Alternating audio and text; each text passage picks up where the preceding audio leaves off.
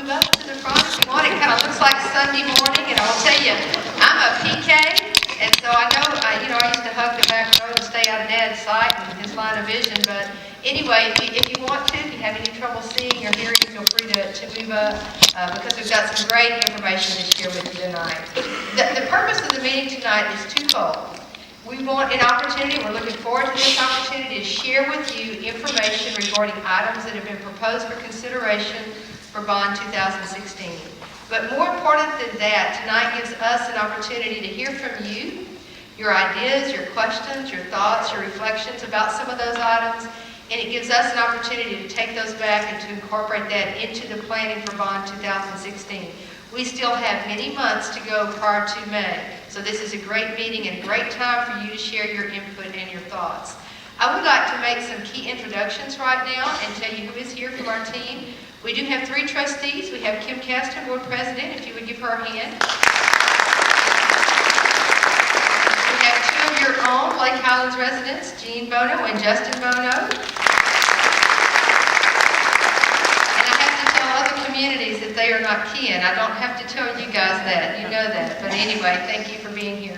We also have several members of our administrative team who are here tonight. We have Tony Barkerode, Deputy Superintendent for Finance and Operations. We have Dr. Jeannie Stone, who is our Deputy Superintendent for Academics and Instruction. And we also have Sandra Hayes, our Assistant Superintendent for Career and Technical Ed and Technology. Our Assistant Superintendent for Secondary Education. And at the back, I know we have Kara Altman, our Executive Director for Communications and Public Relations. And we may have some other staff members. We have Michael Longenecker, who is here tonight also, who works with our bond projects and capital projects, and Trudy Clear, who manages those as well. And if we have any other staff members here, if you would just stand up and be recognized. Linda, I see you, and Angela Vaughn. Okay, thank you. Let me frame for you how the meeting will go, and really the format for the meeting tonight. We are going to kick off, Mrs. Caston is going to kick us off with some words on behalf of our board and really talk to you about our priorities as a district and some of the things that we're really invested in and excited about in the bond. And then we will turn the presentation over to Mr. Barkerode, and he's going to share information and give you really a Finance 101 and a Bond 101 information presentation, and then he's going to share information specific to addressing enrollment growth, and then talk specifically about things that we have done in the Lake Highlands area to address enrollment growth. And then he's going to go into a presentation regarding how we spent your tax dollars on the last bond, and that's our thank you to you as a community for supporting our last bond. And then we move really into the meat of the presentation and share information regarding items that have been presented for consideration for 2016. So Mr. Barkerode will share information about maintenance and capacity and construction, and then Dr. Stone is going to be sharing information regarding enrichment opportunities. And this, the very last part of the presentation is really where we need your input. We are going to be sharing information that really will provide enriched opportunities for every single student in our district, and we have almost 39,000, and also enriched opportunities for staff. So we really need your thoughtful feedback about that. I will say before we kick off that we did have a meeting at White Rock Elementary to answer some of the questions in mid-November about enrollment and growth and capacity, because there are many questions regarding enrollment growth. And so we had that opportunity, and as I told the people who were there, the parents and community members, to be able to talk about enrollment as a challenge and an opportunity is a wonderful conversation to have. And it represents that people want to be a part of the Lake Highlands community. This community is regenerating, and people continue to move here because they want to be a part of that community. So that's the way we look at that. We're in the middle of gathering a lot of data points. We're waiting on some final data in January before we will be moving forward with some specific steps in that area. Tonight, really, the purpose of tonight is a much larger conversation.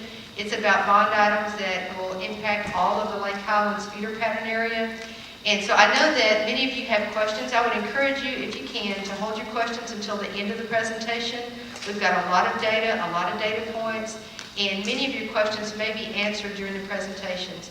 And it's a nice crowd tonight. We have 2 mics, one set up over here and one set up over here for those of you who have questions at the end. And I would encourage you, because we have so many people, if if you would limit your questions to 1 or 2, if you have more than that, if you would give other people an opportunity to get up and ask questions, or if we need to stay after the meeting, we'll certainly do that as well. We know that you are busy. We're going to try to honor your time tonight, and so we're going to go ahead and kick off. And at this time, I will ask Mrs. Caston to make some remarks on behalf of the board. Thank you, Dr. Wagner. Well, it's my pleasure to be here tonight. This is my 9th year on the board, my 2nd as board president. I sit in the same chair that Luke Davis sat in many years ago, and I'm delighted to see him here tonight. I think Mr. Meyerhofer's here as well. Dr. Wagner talked just a moment ago about regeneration. Let me share an interesting fact with you about this Board of Trustees. 6 out of the 7 of us have deep roots in this community. Either I graduated from Richardson High School along with Gene Bono. We won't tell you the year, but we sat together on the volleyball bench and marched together in the Golden Eagle Band. And either we graduated from our ISD schools or our spouses graduated from our ISD schools. And what that means to you is that your parents moved here to Lake Highlands 40 plus years ago so that they could raise many of you, and you walked these halls as a Lake Highlands student. Then you made the decision about 25 years ago that you would now raise your families and that they would walk the same halls that you walked. Where we are today is we're in a defining moment, if you will. And it's this board's objective. We've had a board session, a team session together where we said that our objective is that we want the RISD to continue to be a destination district for people who want to work, live, and play, and raise their families, raise their children in RISD schools. So we're very mindful of that, and that's very critical as we've gone about this work over the past year in looking at the bond 2016. I want to give you just a quick background on how we got to this point. This is a board that's very strategic in its thought process. We all have business or policy-related backgrounds. And what we did is that we said we wanted to set out goals that were going to address short-term and long-term goals for success for our students. And there's 3 that I want to frame tonight that relate to this bond. The first one is our academic goal. We've said that we want every student who graduates to have at least 3 hours of college credit or a license or certification that prepares them for a job or career that will pay them a living wage. And we know that doesn't happen when they walk through the door of Lake Highlands Freshman Center for the first time. That's a journey that starts in our elementary schools, and I see many of our elementary principals here tonight. I saw Kim Sullivan, I just saw Lee Walker. There's many of you that are here tonight, and you know that that journey takes 13 years to get here. So that's our academic goal, and there's a lot of things in this bond that are going to address that academic success. The second thing that we want is that we want to attract, train, and retain the best people that we possibly can. You know that you're as strong as your associates who are leading our students. So we're taking a strategic and a comprehensive look at our compensation, at flexible career paths, at professional development, and building leadership capacity across all 4,000 of our associates in the RISD. And then the last strategic priority goal that this board set out is that we wanted a strategic plan for the creation of Bond 2016. So what we've asked for is we've asked that the district come to us, working in concert with the senior leadership team, so that we can make the best business decisions possible, which means we want the best data, the best information. We want benchmarking against other districts that surround us, not only in North Texas, but throughout the state. We want to share those best practices. We're looking at enrollment growth. We're looking at our facilities. And we're looking at the things that we need to provide for our children, for our students, so that they are successful in their global world, which looks a lot different than what success looked like for me in 1976. It served me well. It served my children well who graduated in 2006 and 2010.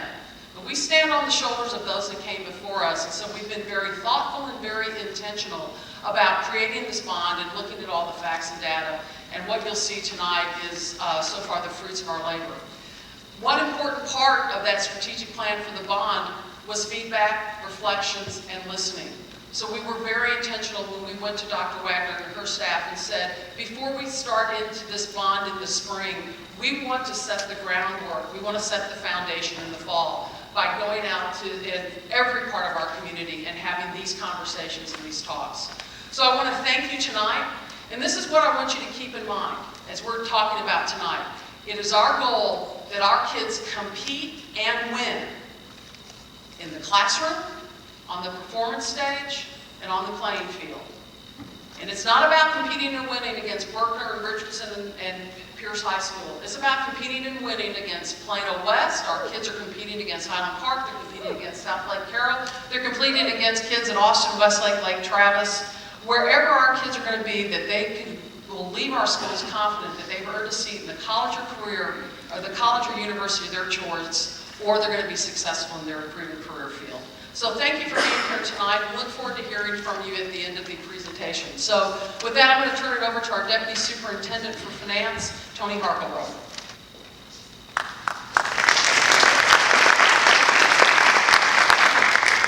We'd like to give you some information. And Brian, I think I'm not in control. There we go. This is, gives you an overview of the items we'd like to talk about tonight. It's on both of the screens. Hopefully you can see that. If not, maybe as Dr. Wagner suggested, you might want to move a little bit closer. Some of these are going to get a little bit smaller to read, but hopefully everyone can see that. Some of the material that we want to cover tonight. We want to just touch on district finance. I'm not going to bore you with all the details of school district finance in the state of Texas and how that works from an operating standpoint and debt service standpoint, but we'll certainly be happy to answer your questions about it. What is the role of bonds in RSD finances? Bonds are basically debt. What the role is for bonds is they can be used to pay for anything that's considered capital in nature. Well, what does that mean? It means anything with a useful life of a year or more. Prior to 2001, we used bonds largely for construction, adding new schools, major initiatives, big things like that. We really didn't use them much for repair of capital items, like replacing roofs and replacing HVAC systems and technology and those types of things. We used our maintenance dollars to do that. We were what's referred to as a pay-as-you-go district for many years. And what happened due to the constraints of the school finance system, there was more and more pressure on our operating dollars. We are considered a property wealthy district, so funds were recaptured away from us and given to less wealthy districts across the state. So there was a limit there. And what happened is our operating tax rate kept going up and up and up all the way to the maximum allowable by law. And we still had fewer dollars available because of those constraints, because that's the bucket of money that you use to pay for teacher salaries and utilities and all of those regular occurring expenses. What happened as a result of that is the dollars available for those maintenance and all those kinds of things became fewer and fewer, and we had to defer quite a bit of maintenance. And that resulted in us doing a facility assessment study in 2000 and formulating a community bond advisory committee at that point to help develop bond guiding principles and give us some structure as we went forward, since we were moving away from that pay-as-you-go type of philosophy. Most districts around us moved away from that years ago and have used bonds and debt to finance capital items for a number of years. So those bond guiding principles came from our community, and they have been instrumental in guiding our philosophy as far as how we manage debt, how we manage our facilities. All of those things are part of that. So what they asked us to do was create a long-range facility plan. So we used that independent facility assessment study as a base for that. And so we determined and established what all of the deferred maintenance was from assessing all of our campuses throughout the district. We compiled a huge list to address those, and then we broke those down into chunks, and we simply took the oldest schools first. So the 2001 bond, for example, included schools that were built in the 1950s or earlier. The 2006 bond included the schools that were built in the 60s. The 2011 bond included most of the schools built in the 70s. There were 3 left, and we're going to talk about those here in just a few minutes. But that was the structure, and the thought that we went into with that is just the oldest first, and using that as really a springboard to develop that long-range facility plan. Makes sense for us. They also wanted us to develop a long-range debt plan. They wanted us to have capacity at regular intervals to be able to issue debt, and they also felt very strongly about matching the life of the assets that we were buying with the life of the debt that we were incurring. So, what does that mean? And the example I've used at all the meetings is a computer. A computer has a useful life for us of about 5 or so years. The community felt very strongly that they did not want us to pay for a computer using 25 or 30-year debt. Makes sense. I mean, would you buy a car and pay for it with a 30-year mortgage? Probably not. You might like what the payment looked like, but after 5 or 10 years, when you no longer have that car and you're still paying for that car, it doesn't make as much sense. Same's true for us. And so there are districts that do that. They pay for short-lived assets with longer-term debt. We are not one of those districts. So what we do is roughly match the life of the asset with the life of liability. And what that does for us is we have one of the most rapid and aggressive debt repayment schedules of any district in the state of Texas. We pay down in excess of 25% of our debt in 5 years or less, and we pay down in excess of 50% of our debt in 10 years or less. That does a couple of things for us. That not only matches that life of asset with life of liability, but it creates capacity for us in regular intervals because we're paying down the debt so quickly.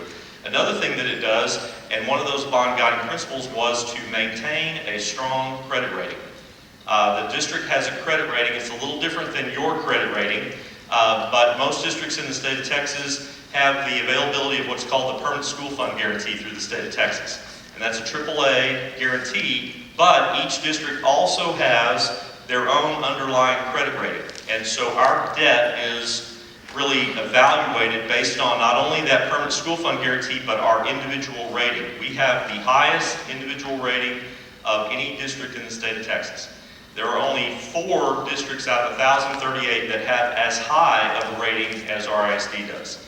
And that's something the community felt very strongly about us continuing to support. Because the higher our credit rating, the lower our debt costs. The lower our debt costs, the more value we can provide to our taxpayers.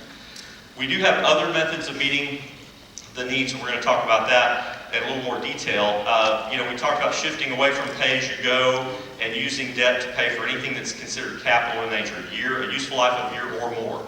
But what happens is needs don't always present themselves in exactly the time frame that you're building a bond package.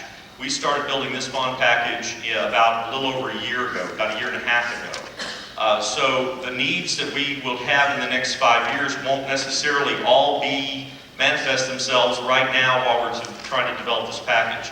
So what our board has done is we have created what we call a capital projects fund, and anytime we have any positive variance, if our revenues come in and are higher than what we budgeted, or our expenses are lower than what we budgeted, then we take that positive variance and at the end of the year and we push it over into this capital projects fund to give our board the discretion to be able to address needs that present themselves. So that's another source that we have available to us. We also have what's called a fund balance, and so it works a little different. Some people think of it as a savings account.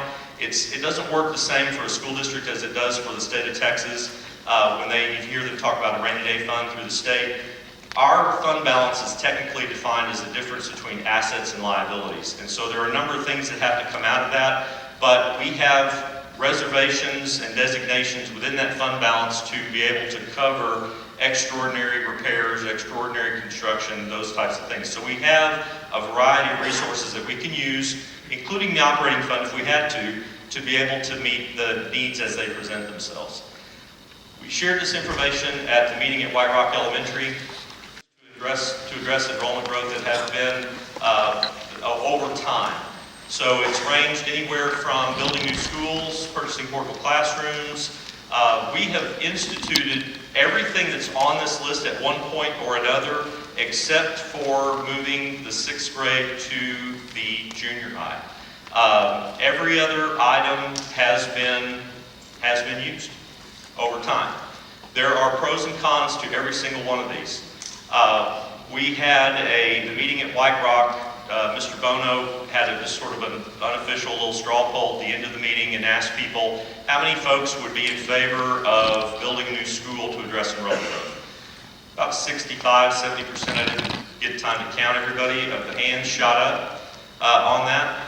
And then we asked later on, how many people are in favor of changing the attendance boundary? How many hands went up?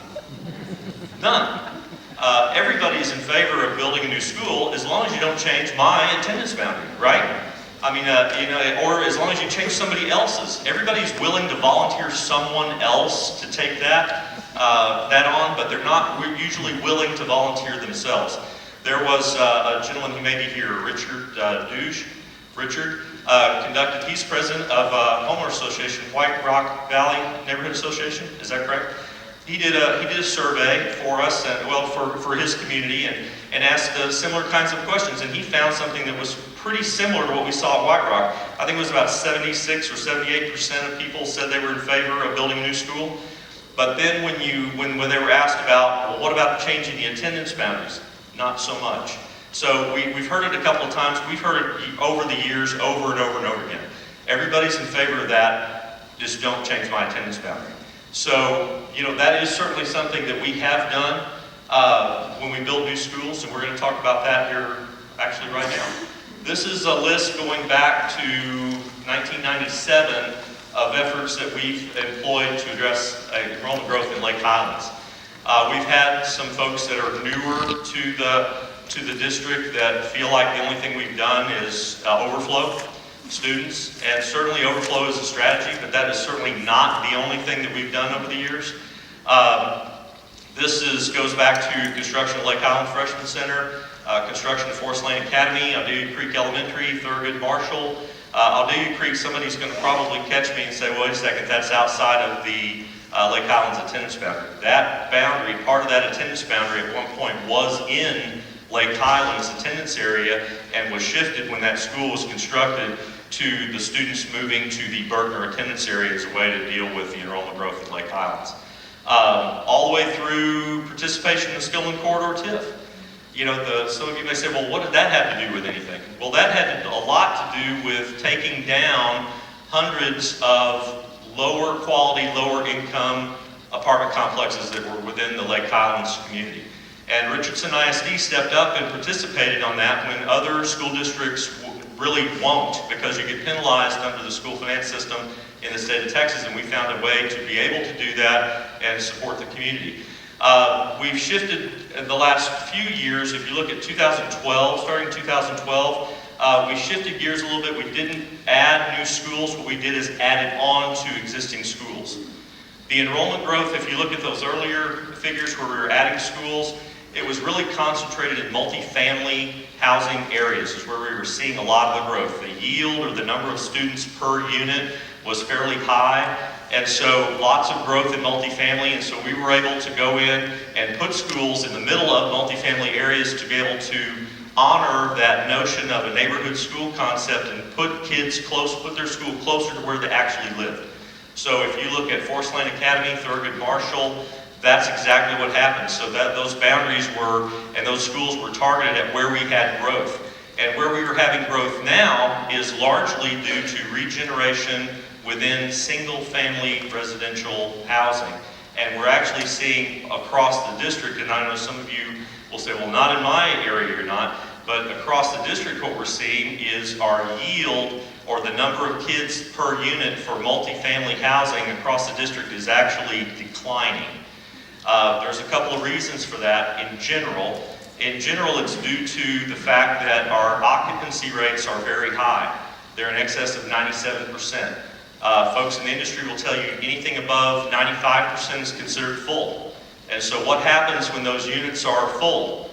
Over time, rents go up. And so the average rent rate is at an all-time high for multifamily housing.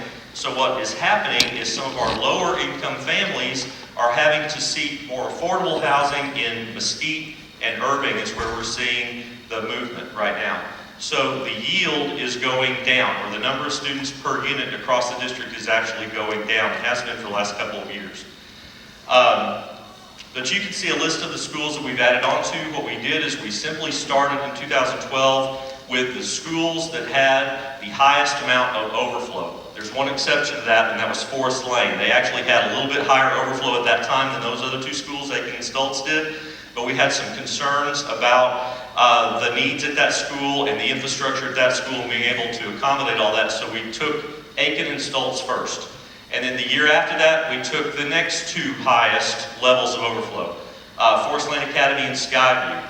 And then in 2014, a bigger year for us, we took Forest Meadow Junior High, Merriman Park, Wallace, White Rock, and then we also had some other schools that are outside of Lake Highlands area, but we're just focusing on just the Lake Highlands elementary growth with this list, where we added classrooms to those schools. All of those additions since 2012 have been funded with the capital projects funds that we have set aside. We've been setting those aside for about 9 years in anticipation of having needs that would present themselves.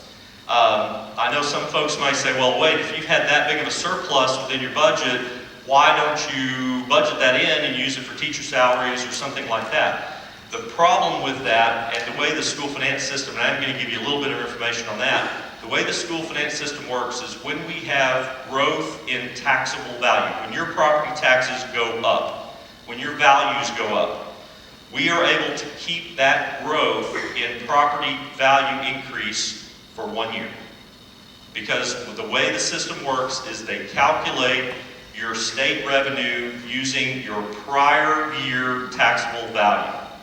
So when it grows, we look at prior year value, they calculate state revenue. If it grows this year, and we're projecting it will grow by 4%, we keep that for 1 year. Next year, the state of Texas will look at that growth, that 4% growth, and they will reduce our state revenue by a corresponding amount. So the money goes away. We're held to some certain level of funding per weighted pupil is what it works out to, with the exception of that 1 year lag, and that's what they call it, is lag, in the calculation, in the formula. So what we've done is we don't budget that lag into our operating budget because we only get to keep it for a year. So if I budget that into our operating budget and I use it to pay for recurring expenses, then what I'm doing is I'm making an assumption that the next year my property values are going to grow by another 4%. On top of the 4% they grew this year. And the year after that, another 4% and another 4% forever. That's not realistic. What will happen at some point is they will continue to grow, but they won't grow at the same rate.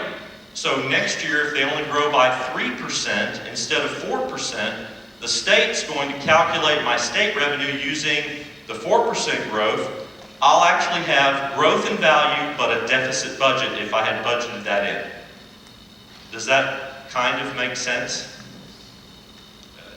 I think it's completely counterintuitive and I hate it, but I mean, yeah, that's the best way I know to explain it. So what happens is in years you have declining value, and we've had years of declining value. Go back to 2008, property values went down.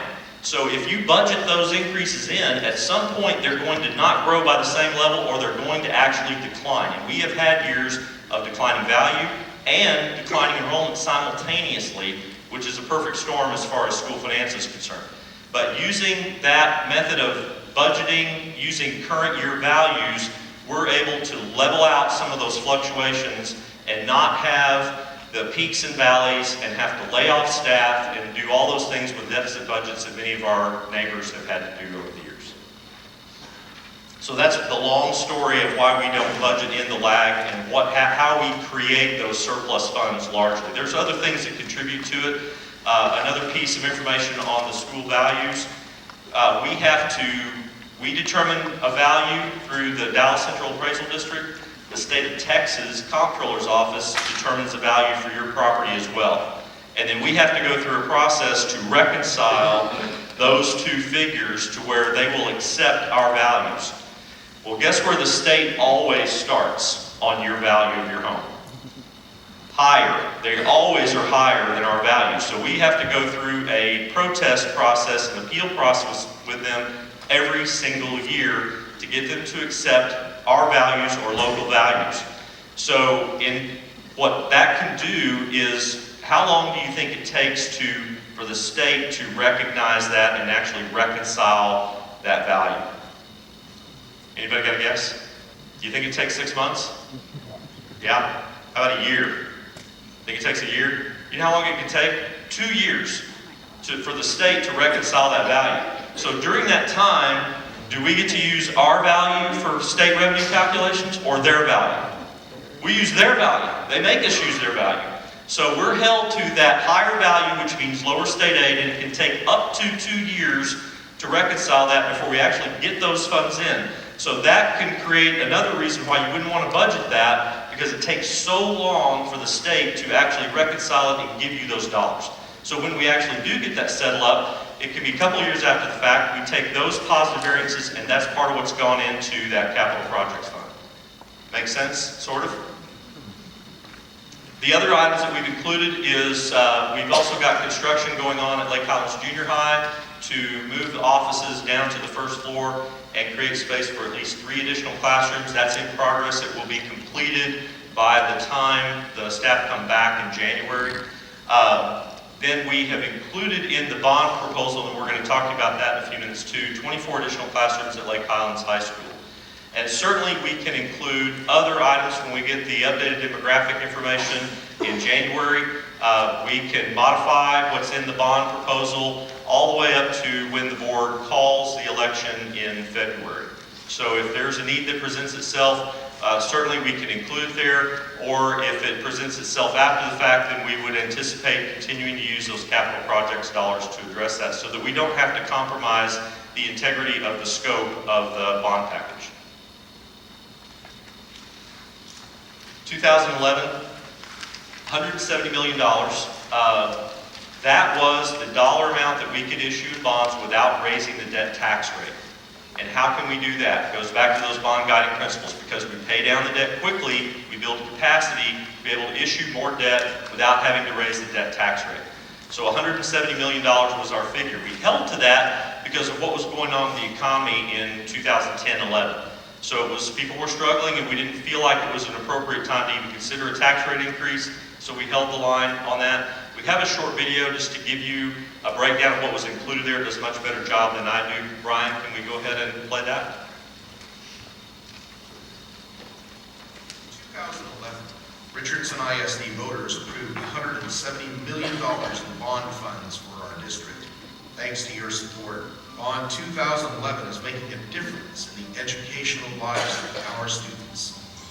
Our ISD schools require continued capital maintenance to provide safe, comfortable, and functional learning spaces.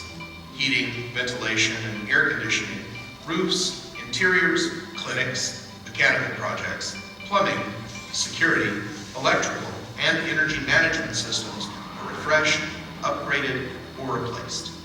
Fine arts and athletics were also addressed through work done at all 4 high schools' auditoriums, renovations of all 8 junior high fine arts areas, as well as new equipment and uniforms for athletics.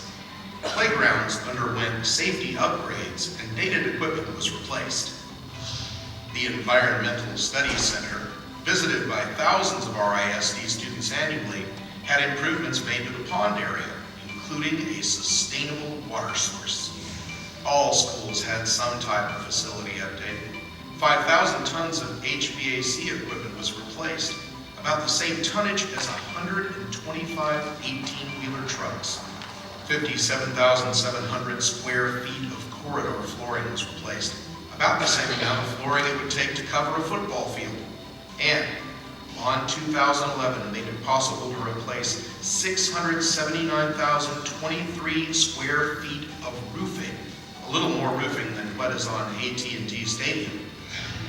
Technology comprised 31% of Bond 2011. Multiple projects were completed to allow technology to be integrated into all subject areas to provide real-world experiences for students. Every single facility received technology upgrades. Students in the digital age learned in different ways than decades ago, and designs that worked well in the 1950s through the 1970s aren't ideal to serve the needs of learners in 2015. Bond 2011 impacted all 55 campuses. Of those, 17 had major capital projects. As we close out work on Bond 2011, we pause to say, thank you. Thank you for voting. Thank you for investing in my future. Thank you for supporting the bond. Thank you so much for supporting public education in our community. Thank you for caring about our schools. Great, thank you, Brian. Well, this is tough to read. Thank goodness you guys have a handout with this, so you don't have to look at the screen.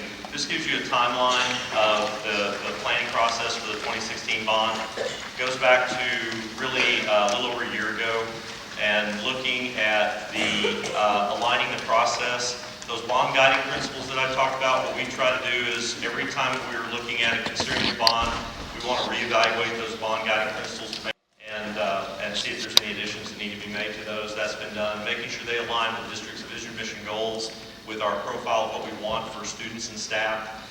That's all been done. The planning process for us, probably the earliest thing that would occur there would be Ms. Hayes and her team looking at their strategic technology plan, and then Mr. Longenecker and his team revisiting that facility assessment study. We evaluate that every 5 years and just make sure that the items that we've identified are still the most critical and the items that we would expect to reach end of useful life within that next 5-year period. So that's all been done, was done in the fall. And then what we also do is visit with all of our directors from each of our program areas and let them identify priorities that they have. And then we walk every building with our principals and we try to determine what their priorities are to be able to meet the needs of their staff and their students. And we've incorporated all of those things into the bond planning document that you see. It's a little different process this time than what we've used for the last several cycles, actually for all the cycles. When you move into the fall, about middle of that page, and we talk about the thank you listening tour, we've done meetings in the past, but it's been after we have finalized a bond package and the board has determined and called an election and specified an amount. We've gone out to the community to try to educate them about what's included. This time what we're doing is you're seeing a little bit more of a raw number. It hasn't been completely refined and vetted and pulled down to what we would necessarily recommend. If you looked at that 2011 bond as an example, $170 million is what we called the election for. The initial requests were in excess of $400 million. And we whittled those down to determine what our priorities were there and getting down to what we could afford to issue without increasing the debt tax rate. So a different philosophy this time, and because we heard from the community in the 2011 bond, is that you wanted to have some say in what got included. You wanted to see more of the raw information instead of the finished product. Our board wanted to see more of the raw information instead of a finished product and be able to have input into that. So that's part of what we're doing tonight, is to get that input from you. So a little different philosophy for us. That will culminate with the board calling an election in February. We have a group called the Community Bond Advisory Group, and there are some members that are here in attendance tonight that have already met a couple of times, and they have evaluated the proposed 2016 bond planning information in a little more detail. You have a summary page in your information. We're going to talk about that in a minute. They've seen the detail behind the summary page. There's about 20 pages that go through each one of those areas. And then within each one of those pages that for each of those areas, like fine arts, there are hundreds and hundreds of lines of detail within each one of those. And we're not here to share that level of information with you tonight. I don't think any of you have the time to be able to look at thousands of lines of that, nor probably the inclination. But we have it if you'd like to see it. And we're going to talk a little bit more about that in just a second. So what will happen is the board will make a determination based on feedback from you and from that Community Bond Advisory Group. They had two charges. One was to prioritize the enrichment items, and the second was to determine how many propositions how many do they recommend we consider. Historically, RISD has carried one bond proposition forward, and all items have been included in that single proposition. We're not required to do it that way. The city of Richardson, for example, their recent election in November, they had 4 propositions, and they split the items up so voters could determine which items they valued and which they did not. The Community Bond Advisory Committee has recommended at this point a 2-proposition bond election. one for the multipurpose practice facility and a second for all other items. And so we'll get your input on that as well. But the board will make that determination. They'll also make a determination in February about what's included in the bond. So if there are items in the bond that they want to pull out and pay for out of that capital projects fund, they could do that. If there are other items that are not on this list that they feel like need to be on this list, like additions to schools other than the two that are identified, we mentioned Lake Highlands High School specifically, they could add that to the list. But that would culminate with them calling an election, determining dollar amount and number of propositions in February. At that point, we'd shift gears. We'd still have community meetings, but those would then be just trying to educate folks about what's included in the bond and what that would mean to them individually as far as their tax rate. That would culminate with the bond election in May of 2016.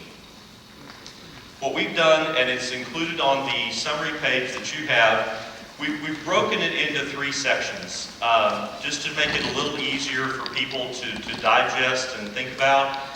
Maintenance, capacity, construction, and enrichment options. Another thing that you have in your handouts is a sheet that shows bond capacity. We talked about 2011, we could issue $170 million without increasing the debt tax rate. In 2016, we can issue $235 million without increasing the debt tax rate.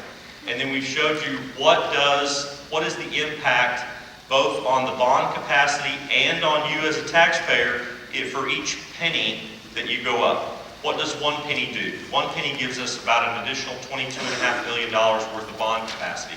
And you can see on that little chart there, you can try to get a determination of what it would mean for you as a homeowner, depending on the value of your home. The average value of a home in RISD across the district is $206,000 and some change. We've included that there, as well as value below and then a couple of values above, just so you can get some sense of that. That's included in the scenarios. As far as the categories are concerned, the maintenance category, these are items that we would expect to reach end of their useful life within that next 5-year band. So we took that facility assessment study and we've evaluated which roofs, which HVAC systems, which plumbing systems we anticipate would reach end of useful life within that band. And we've included those items there. But it also includes other areas like technology. Ms. Hayes and her team do a great job of trying to extend the life of our computers and our devices. When they reach 5 years old, we don't automatically throw them away. We try to extend that. But the items in technology that are in this category are items that we already have, but that we would expect to reach end of life within that 5-year period. So it's not expanding the number of devices, it's just replacing some of what we already have. Not all of what we already have, but everything that's in that category would be end of useful life. It also includes other areas, and we mentioned 2 specifically, athletics and fine arts. But if you look at that list, there are maintenance items for a variety of other areas in curriculum instruction. Most of those curriculum instruction areas just simply are not capital intensive areas. Because remember, we can only use bonds to pay for capital items. Things have a useful life of a year or more. So English, for example. There are not a lot of items within the English class that qualify as capital items. There are more items in math. You have calculators and math manipulatives that are counted there. There are a few more items in science. You have science equipment and different things there that would be considered capital in nature that you could put in there. But athletics and fine arts are a little more capital intensive than some of those other areas. An example would be fine arts, the uniforms, the marching band uniforms. We use a 10-year useful life for marching band uniforms. They get a little tired at 10 years. You all know this if you have kids that have been involved in band. But that's a useful life that we use. So if you're looking at that detail for fine arts, what that would mean is we could strip that down a couple of layers and say for Lake Highlands High School, what does that mean? Well, it means about $486,000 of uniforms for band, choir, and orchestra. I think I'm correct on that, Trudy. About $486,000 for Lake Highlands High School. Well, how did they get that number? Mr. Bradford, our Director of Fine Arts, goes in and looks at the number of participants, the number of students at each one of the campuses, the number of uniforms. Is that right? Good. like it when I'm right. And then he calculates, takes a cost and uses an inflationary factor because, again, we're not buying all of it right off the bat. It will be staggered over that 5-year period. So depending on where that occurs, you have to build in some inflation to cover cost increases. So for band, for example, the way he came up with that figure within that $486,000, $280,000 of that is for band. Well, how did he get marching band? How did he get $280,000? It's 400 students, 400 uniforms times $700 per uniform equals $280,000. That's how he got that. That's the level of detail that we have, but that's not the level of detail that we're sharing because you can get lost in that detail, but that's how we get that number. So all of those program directors are responsible for going out and gathering the data based on the needs at each individual school, the enrollment at each school, how many participants, how many projected participants, and then use inflation to adjust their number depending on where the end of that useful life is for that particular item. So Lake Highlands, I believe the estimated useful life for marching band uniforms is in year 2 or 3. So that's where it falls for that 10-year cycle. And then you've got some others. I think Berkner or Pierce is a little later in that cycle. So it just depends on the age of the uniform and where they fall. Does that kind of make sense? But we have that level of detail included in there. But that's why those two have a little higher figure, is because they just are simply more capital intensive in nature. The maintenance category is $215.6 million. And if you go back to how much could we issue without increasing the debt tax rates, $235, we could cover all of the maintenance without increasing the debt tax rate. But what we've done is we really didn't think that there would be a lot of debate about most of the maintenance items. If you have a roof that's going to reach end of useful life at an elementary school, we really didn't think most people would argue that we need to replace that roof if it's at end of useful life. So we don't anticipate a lot of dialogue about the maintenance things. These are just replacing what we already have that we expect to no longer be functional within this 5-year period. The second category is what we call capacity construction. We have, based on our demographers' projections and our capacity calculations for all of our schools, we have 2 schools that will reach or exceed their capacity within this 5-year band. Those 2 schools are Lake Highlands High School and Richardson High School. Lake Highlands, based on the projections, would actually hit it right around the end of this bond cycle. But the reason we want to include it in this bond cycle is because you've got about a 2-year window to complete construction. So we want to be proactive and get ahead of that. We don't want to wait until they exceed capacity to be able to do that. We want to be able to affect that construction and have those rooms available to students so that Mr. Miller has the ability to accommodate as many schedules and all the students that he possibly can. Now we don't calculate going all the way to capacity. What we do is we use a figure of trying to not exceed about 90% of capacity for a building. And the reason we do that is particularly at the high school level. Mr. Miller and his team have to develop something called a master schedule. And I'm glad that they have to do it and not me. I don't think I could do it.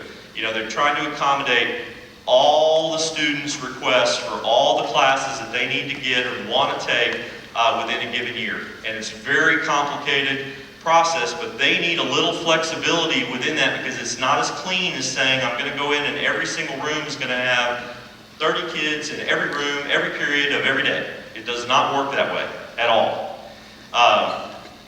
Wouldn't it be nice if it did, Frank? But it doesn't. And so he's got to work that out. So he needs a little flexibility so some of those elective classes, he can allow that class to make for some of those students and have a little flexibility within his schedule and within his building to do that. So that's why we use the 90% figure. So those are the 2 schools. Richardson High actually hits their capacity numbers sooner than Lake Highlands will. They're really right there now. We've already had to do some things to make additional rooms available to them. So assuming the bond would be successful, the construction would occur at Richardson High first, and then Lake Highlands a little bit later because they hit that figure a little bit later. In that number, 24 classrooms and the dollar figure that's included for construction, what we've done is we have not designed that yet.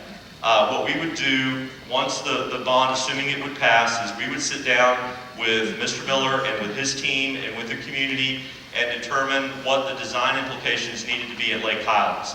And we're going to talk to you a little bit later about some career technology education and some other needs. So what we'd be able to do is incorporate that into the construction and the design for those new classrooms. So you really have more flexibility at Lake Highlands High and Richardson High than you would at Berkner and Pierce as a result of that.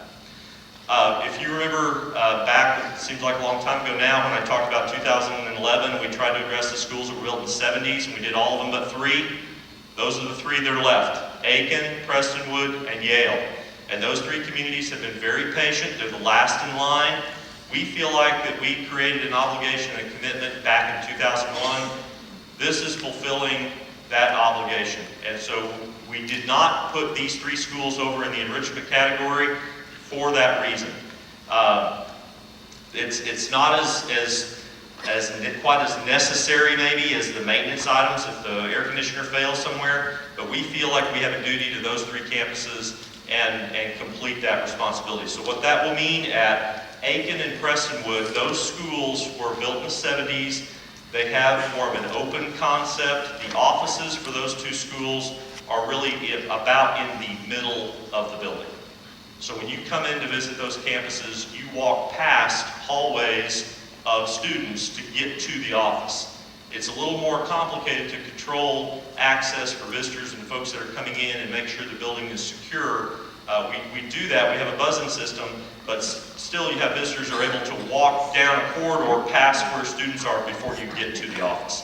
So what we're doing at those 2 schools is bringing the office to the front of the building, giving them controlled access for visitors that are coming in, going in and giving them an ADA accessible clinic, which they don't necessarily have, along with an ADA accessible restroom as part of that clinic, and then reconfiguring their office to give them more usable space.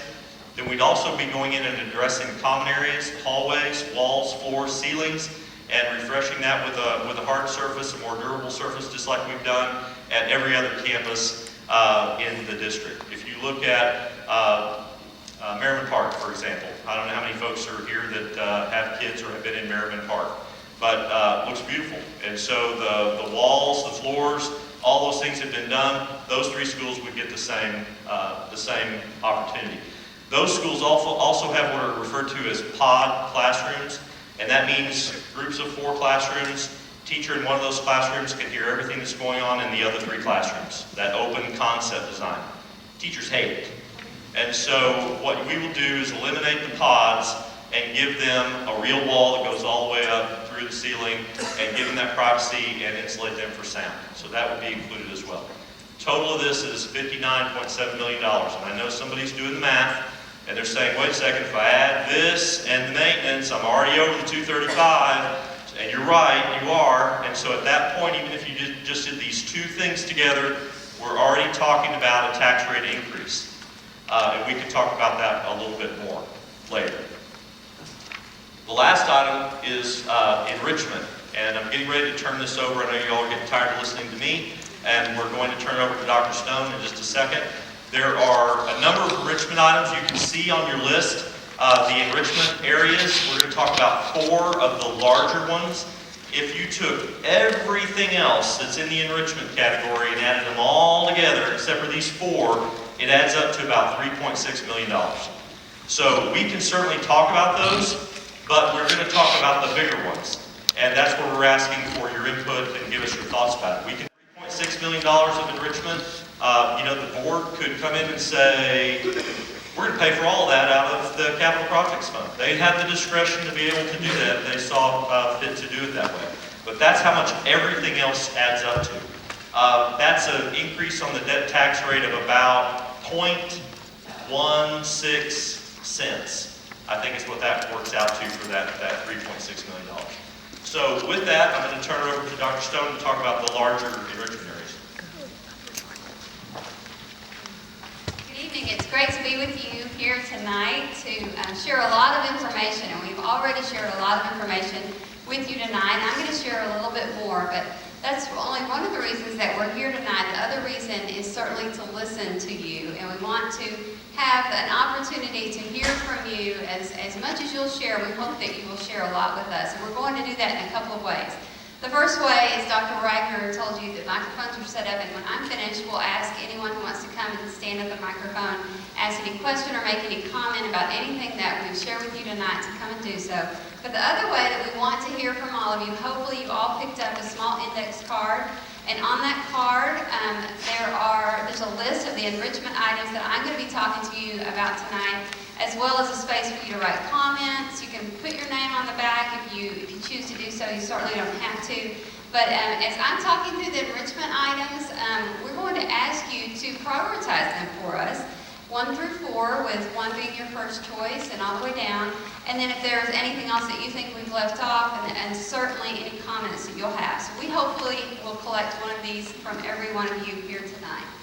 So I'm going to talk to you about 4 enrichment items that, again, we want to hear from you how you feel about these, and these should be included when we call for Bond 2016.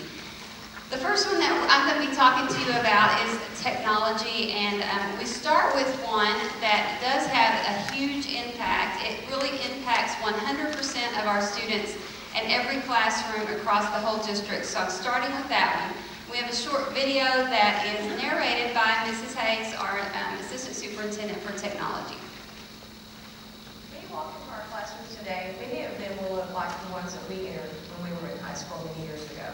You'll see desks, you'll see tables, chairs, a teacher in front of the classroom, sometimes still a pencil sharpener. We know that paper and pencil will still be used in our classrooms throughout the school district. With technology, though, we're bringing a new level tool to the student. It allows equal access for all students. It allows them to have the opportunities to go out and research and find answers, and to be able to produce their own learning. So they may produce a video, they may produce a presentation for the classroom, they may produce a paper. We try to always bring in industry-level software so the students get a real global perspective on what they're working on, and when they go out into the workforce, they will see that same software. In our planning for Bond 2016, we could put devices such as laptops, desktops, iPads, tablets, Chromebooks. We could add additional software pieces for our students and teachers. We could make a seamless transition wirelessly from the content on the devices to an interactive short-throw projector for students to be able to see that content.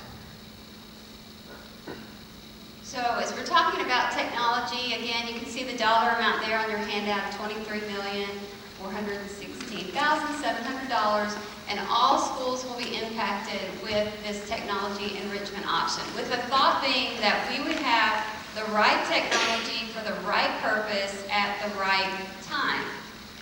Another thing that was really put into thought when we were thinking about what would be included in these technology enrichment options, it would be that we would develop a standard classroom complement. We have 2,447 classrooms across the entire district, and what we want is for there to be a standard classroom complement so that every teacher will have access to the technology that is needed for the right purpose, again, at the right time.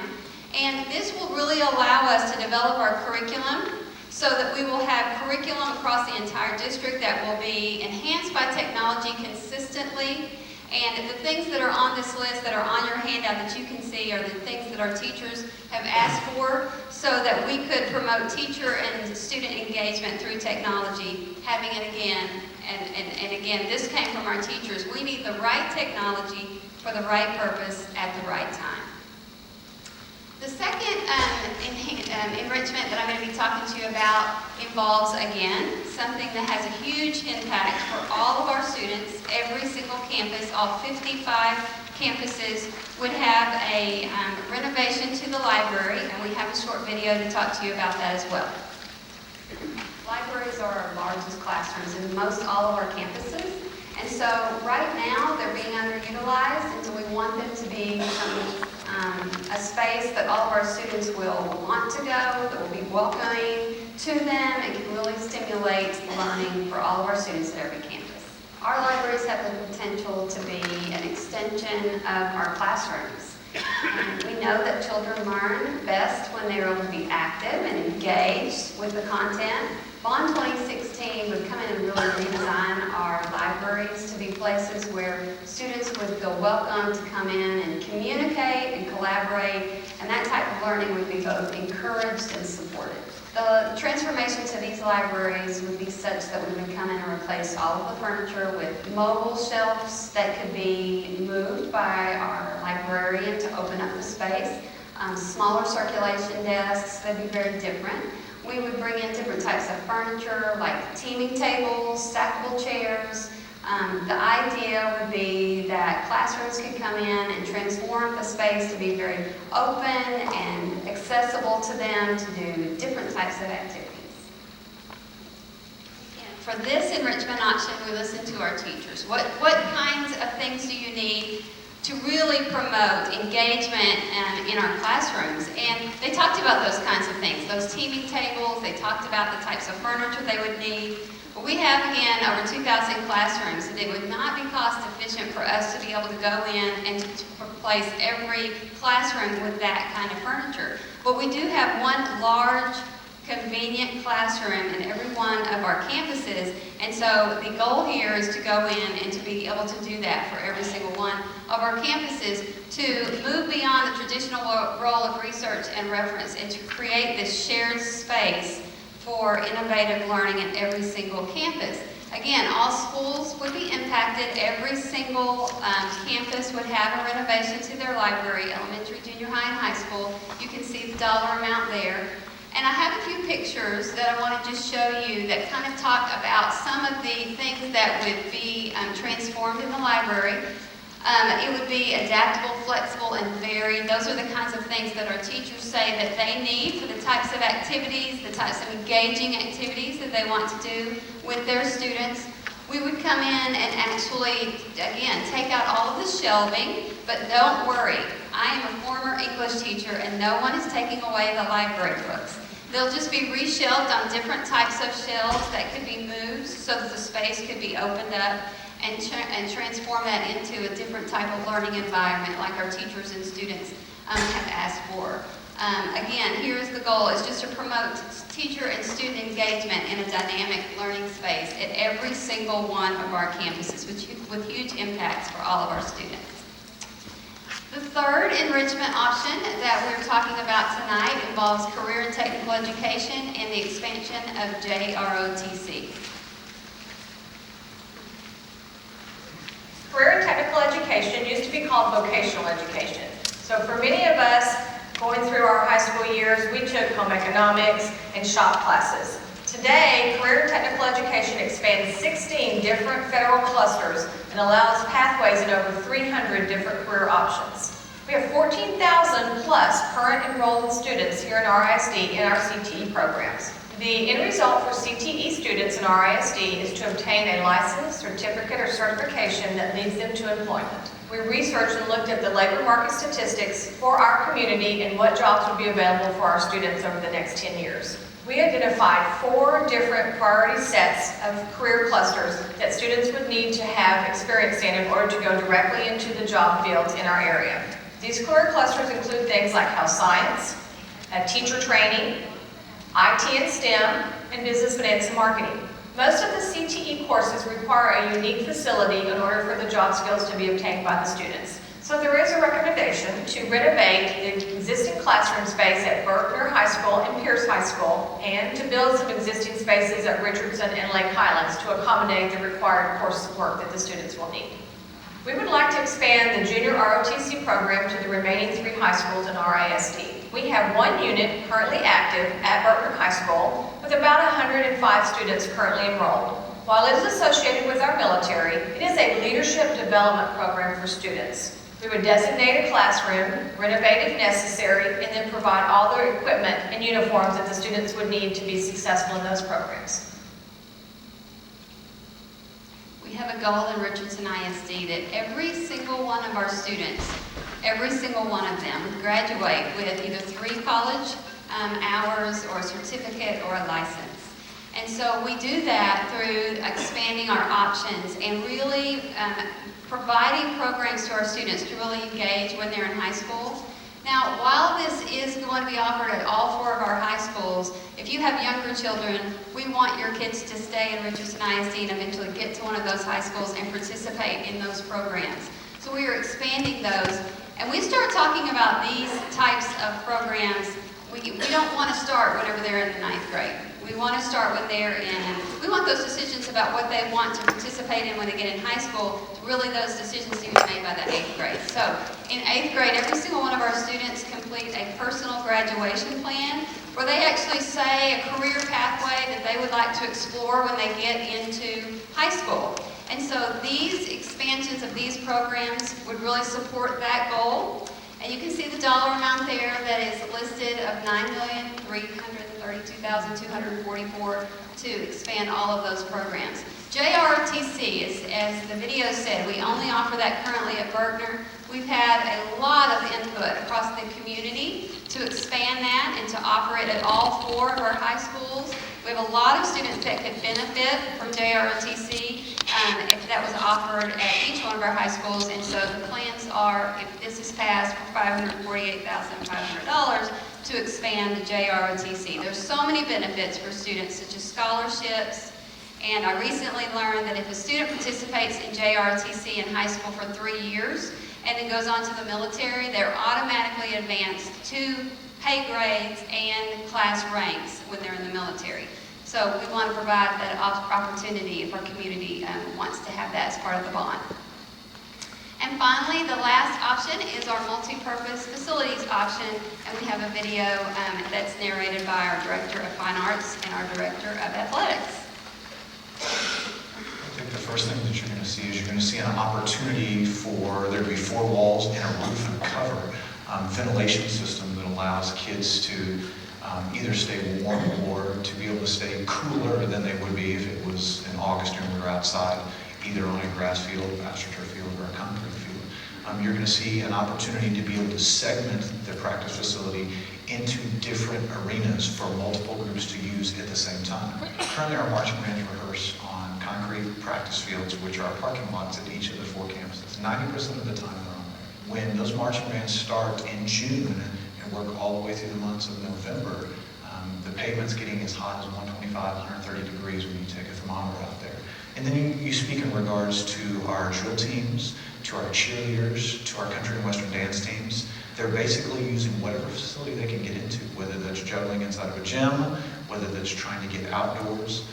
But currently the situation is we're trying to find the best place to put folks, and that's either outdoors for many of them in a parking lot, or that's indoors on a gym floor for the most part. We lost last year due to the elements over 160 competitions or practice opportunities. And to make those opportunities up, sometimes we have to be very creative. We may get on a bus and go to other facilities, or we just didn't get to practice. What educationally this would do for us is allow us to practice more groups at one time to shorten that workday. The actual facility that we're looking at is a rubber field, softball field, baseball field, a soccer field. We have a 4-lane track to work on starts, to work on sprints, to work on many things to reach all aspects of our 17 varsity sports. All those team sports are playing on something that has a GMAX rating that has been approved to prevent concussions. So we're putting them in an environment that is safe. We're not new in requesting this. There's over 50 of these in the immediate North Texas Metroplex area. You know, I could easily see walking in, seeing a 300-member marching band practicing. I could see right next door, you've got a full athletic opportunity for strength and conditioning. Next door to them, you're going to have the drill team possibly. You've got this multitude of different things going on at the exact same time in a safe and secure environment. Our schools impacted 1 at each one of our 4 high schools. And the thought behind this, that we would have so many students participating, certainly not just athletics and fine arts, but also we have fine arts drill team, cheer, country and western dance teams. We have PE classrooms that would be having activities in there, as well as utilizing them for our feeder schools, community events. We've talked a lot about different purposes that we could have for these facilities as well. You can see the dollar amount there for all four that's listed there as your handout, $81,520,195 for all four of them. And the location would be there. You can see the location for all four of them. Lake Highlands would be near White Rock Trail. You can see that. And we can talk more specifically about the location about that in just a minute. A few specs about it would be an 80-yard turf surface field. We would have a new weight room. We would take involved in the project would also be to take the existing weight room and to renovate it into a repurposed room for our wrestling program. And so those are just some of the specs for that, and we can answer any other questions about that as well. But the purpose here behind these and the thought would be to just provide an additional safe practice facility to enhance the success of all of our students. So those are the four options listed there on your card. And we really want to hear from you. We really want to have your thoughts, your questions, anything we may not have clarified or covered. This is an opportunity for you to come and just ask us and let us talk and let us visit about anything included in Bond 2016. So we'll ask again, if you will, if you want to come up, you can come and stand at the microphone. And after you've asked a question, if you have another question, give someone else the opportunity to ask that before you would ask the other question. So we have one here, and hello? Yes? Hello. Can you? So first of all, thank you for the opportunity to put together this listening tour. The only thing I ask is there's a lot of people here, so I hope that we allow enough time for everyone to get through their questions and answers. And I appreciate the proactive approach with the capacity expansion at Lake Highlands High School. However, my concern is less about what's in the bond and more about what's not in the bond. Okay? So there is no funding in the bond for expansion or building an additional elementary school or an additional junior high in Lake Highlands High School. Tony, as you mentioned, I put together a survey, and the survey was geared at all of Lake Highlands, not just White Rock, and actually half the respondents were from outside the White Rock elementary area. So it wasn't just a neighborhood survey, it was a community survey. So I want to share some of those results with you guys and the audience before I go into my questions, and I'll try and be brief. 91% of the respondents believe that capacity issues are a real concern for Lake Highlands.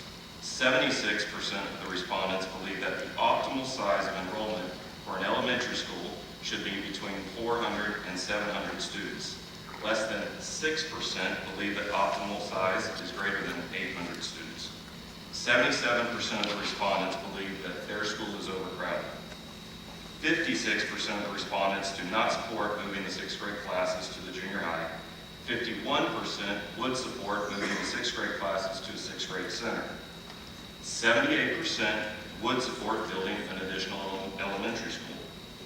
Respondents believe that programs like PPCD and REACH should be managed locally and not moved to a centralized location. 77% of those surveyed would not support a bond or would vote against a bond that in their minds does not adequately address capacity concerns in Lake Highlands. Some of the least popular alternatives that were included in the bond in order, number 1 was doing nothing. Number 2 was adjusting the structure of the elementary campuses.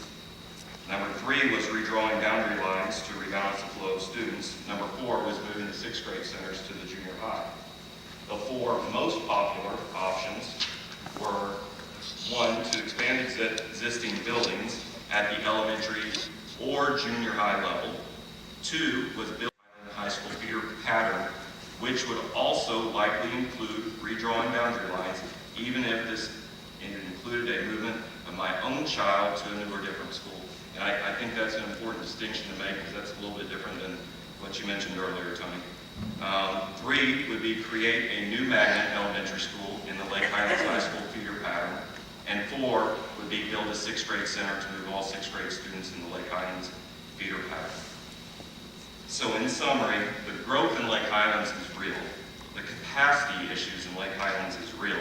And the threat of this bond not getting passed, if the capacity isn't addressed, is also real. My original question was going to be around how you're addressing these capacity issues in the 2016 bond. However, it appears that at least right now we're not. And I keep hearing things about the capital fund, and I heard it at the J.J. Pierce presentation last night. I've heard it that this capital fund can fund several different things here tonight, and it seems like that capital fund is limitless. So I guess my question is, we keep talking about this capital fund. First question, after the allocation for the new operations center and the non-traditional high school, how much money is left over that's not already earmarked that could specifically go to either building or expanding a school?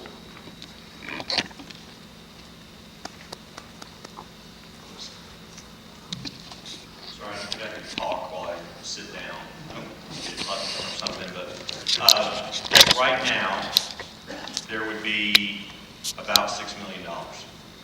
But you've got to remember that we have projected growth for the next couple of years, so we anticipate additional funds coming into that. But that's just one option.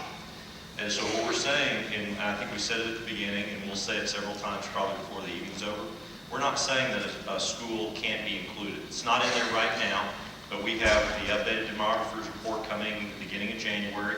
We'll take that information and decide whether or not additional funds need to be placed in their bond for either additions to schools or building a new school. So it certainly can be added, and that's part of what we're here tonight to get input from. When you fill out the card, if your highest priority item doesn't have to be one of those four, we've had plenty of people that fill in other and say additional elementary campus and make that your top priority, then that's how you need to respond to that. And we'll take that information, and the board will consider that along with the demographer's update in the beginning of January before they actually call an election and decide what amount and what needs to be included. The one thing that I'm a little unclear about and I appreciate the survey information, but you mentioned that the changing in attendance boundaries, I heard you say that as the least favorable, like the third least favorable option and the second most favorable option. So I'm not sure how it can be the least favorable and the most favorable at the same time. Can you help me? I can absolutely explain that. The choice was individually changing the boundary lines without doing anything else. And that was the least favorable? No, the least favorable was doing nothing. Okay, no, but I mean, that was in the least favorable category. So, no, changing the existing boundary lines without building anything was one of the least favored. Okay. So there's a big difference between building a new school and changing the boundary lines to go with that new school. That was the second most popular option versus just changing the boundary lines. And that is helpful, I mean, because that is very different than what we've done here. So what will be very interesting is when we start presenting ideas and information to the board in later in December and in January, if we start talking about, we've been very stable as far as our attendance boundaries for a number of years, and I think most of our community appreciates that. But we may need to go in and look at attendance boundaries and look at what makes more sense. Do you have underutilized schools? Do you have overutilized schools? Are there some natural boundaries there, some natural breaks, whether it be a major road or a creek or something like that creates a line that would be more conducive to a particular area shifting to another school? Is there capacity at that school? Does it have a large enough footprint to be able to add on to? White Rock Elementary, for example, when we added on to that, capacity is about a little over 900 students. And I know in your survey, people said that we think it should be smaller. How big is too big? I think our board is to the point, I'm not trying to speak for our board, they can certainly do that. But I think they're to the point where they're saying, we're about there at White Rock and Wallace and Lake Highlands Elementary and those schools as far as the capacity of those schools. So, but are there other campuses that have a lower capacity, a big footprint, that have the opportunity to be able to add on to that make more sense than building a new school and incurring that cost and disrupting multiple boundaries? So we'll be looking at all of those pieces, and just because it's not in there now doesn't mean it can't be and won't be in there come February. Okay, so sorry, just two real short, quick follow-up questions. So Then we're going to go to the gentleman over here. Understood. That's fine. So real quick, so one, what would be the estimated cost to build a new elementary school, including the cost of land? $20–25 million? Well, I can't tell you the cost of land because it depends on the land. But the school itself, about $24 million. 24 million. 24 million. And the second piece is, you referenced the demographic data coming in from Templeton in January. How comfortable are you with the accuracy of that information based on the addition of single-family homes in the neighborhood, as well as some of the additional multifamily units being built? Well, we feel like, they missed the mark at White Rock Elementary. We talked about that at White Rock at length a few weeks ago. They were off by 11.7% at White Rock. They missed kindergarten and second grade. And the reason they missed kindergarten is because the year before that, the kindergarten number came in 30 students lower than projected. And so they made some assumptions based on that lower enrolled number than projected in kinder for the next year that was wrong. So they missed that. The mobility and the yield in some multifamily housing within White Rock was a little bit higher than what they had projected and what we see in virtually every other multifamily unit. They are going to be looking at whether that was an anomaly or whether that is something that would be a trend that we would want to identify. So, generally, our experience with Templeton has been good.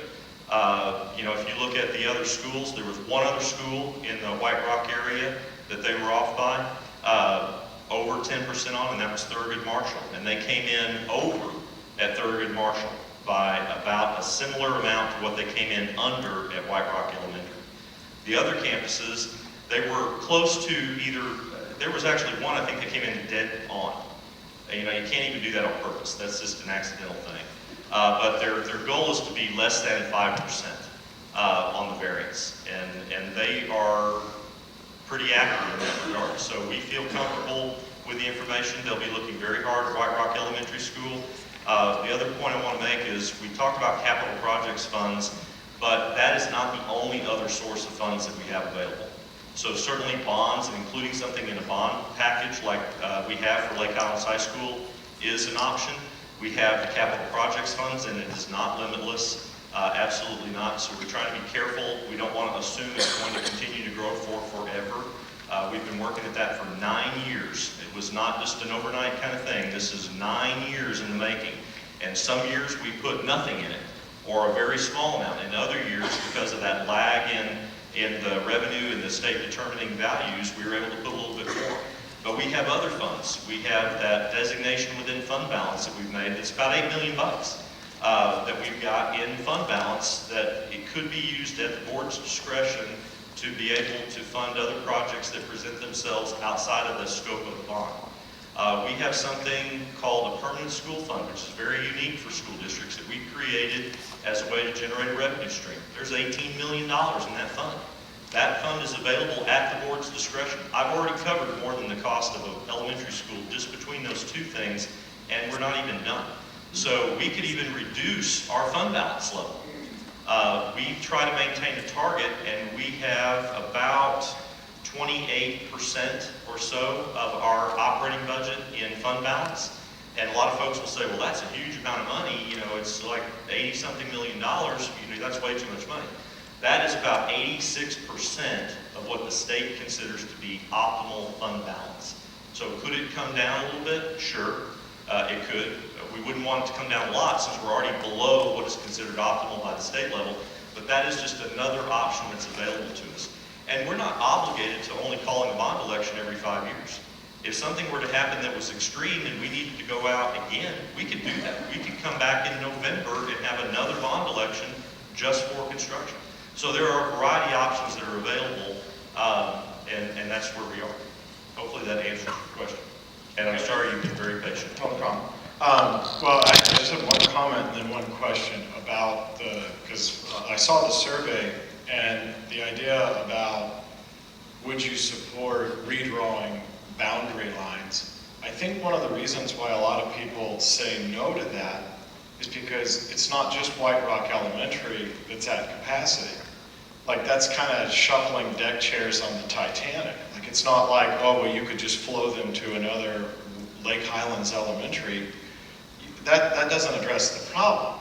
Like, I don't think it's just a simple not in my backyard attitude. I just don't think people think that that actually solves the problem that we have. But the question I have is, you keep, and I was at the meeting last week, y'all keep talking, or the week before, y'all keep talking about the data that's going to come in with this new demographic study in January. What would have to be in there to cause y'all to say, you know what, we need to put money in the bond to build a new elementary school in Lake Highlands? And I'm going to give you the same answer I gave you a week ago. You're going to say sustained growth. It's the same answer that we gave at White Rock meeting. We're looking for sustained growth. How do you define that?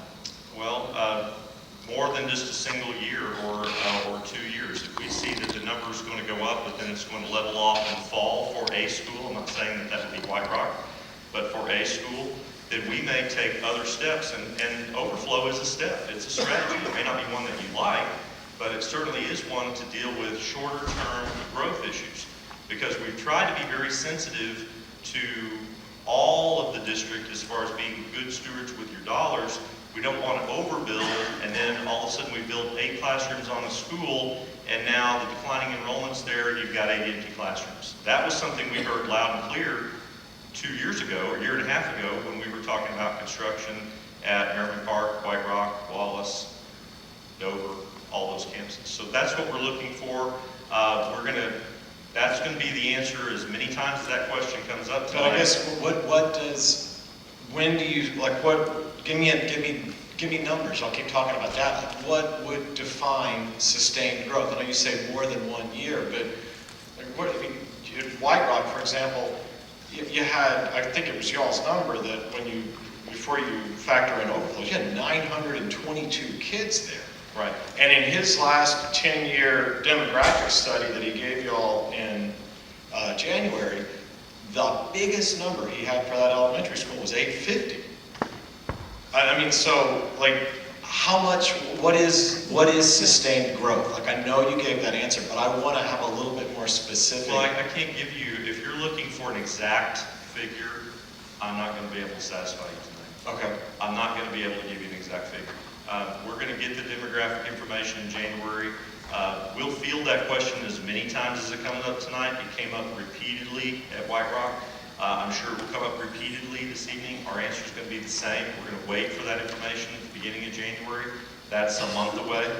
And then we're going to make a determination based on that. And we'll share that information, and we'll have to see what it looks like. I wish I wish it was something that was as precise as saying, if it's this many, then it automatically triggers and does this. It's not quite that precise. I wish it were. It would make it a lot easier for everybody. But that's what we're looking for. And yes, I mean, he is off by 100 kids.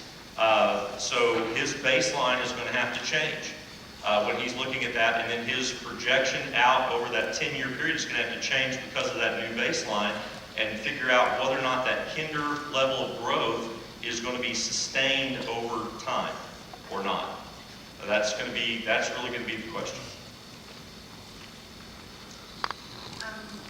I'm going to say something which would probably not make me very popular with majority number of people who probably hear or at some of the other meetings that are to come.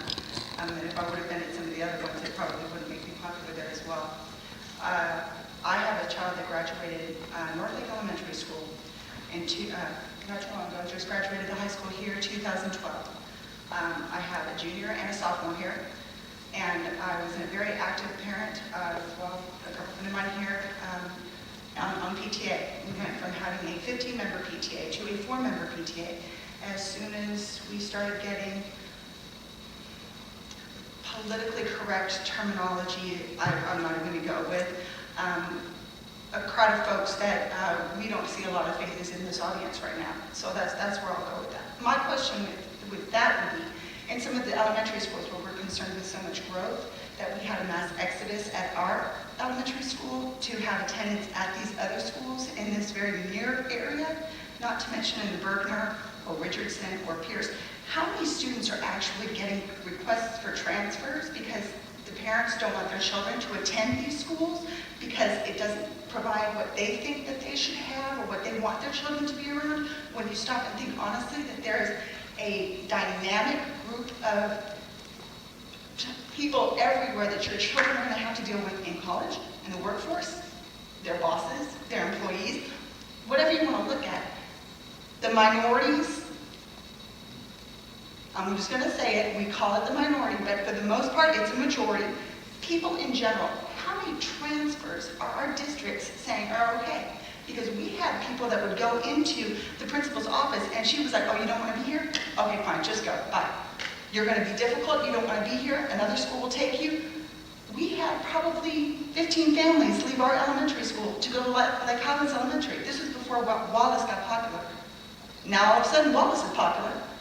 Everybody wants to go there and nobody wants to stay at Northlake. So there's this big battle to get everybody at Northlake, but because Northlake is an apartment school, you follow what I'm saying? So I'm sure if we have all of these overcrowdings in other schools, maybe if we stopped saying that it's okay for you to buy a house right around the corner here, but you're going to drive your kid every morning to Lake Highlands Elementary, or you live by Forest Meadow Junior High, but you don't want to go there, you want your kid to go over here, so we'll drive as long as we can get approval.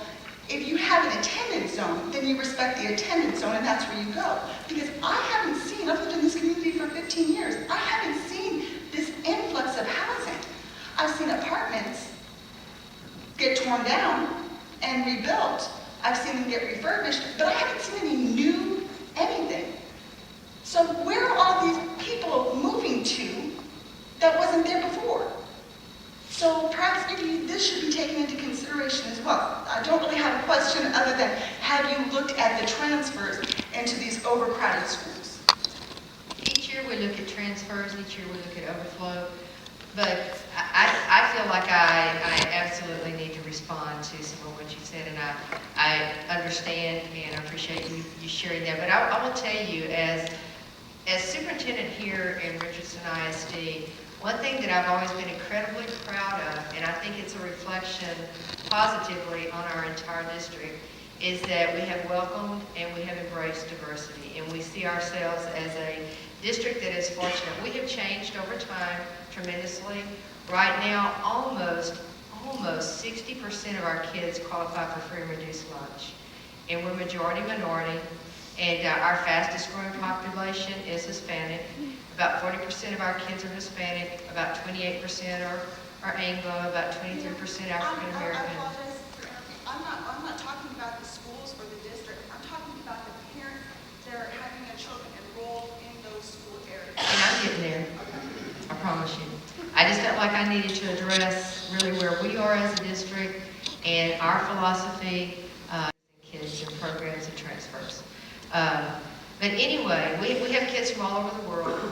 On any given day, we may have 80 or 90 different languages spoken in our schools. We have many kids who are highly mobile. And our commitment in our district is to educate each and every kid and to welcome every kid who walks in the door. At the same time, as a district, we also are committed to trying to honor parent choice where it is applicable and where it makes sense. We do have a process for transfers, and we look at those individually. We look at those for each and every family that makes a transfer request. And so we don't grant transfers just to grant a transfer. They have to fit within certain criteria. But that is an element where we're trying to honor parental choice as much as possible. Our goal is to maintain the neighborhood schools.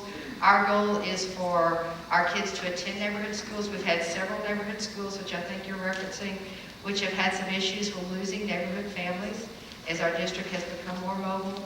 And what we have done is try to really invest in schools and offer some additional things there.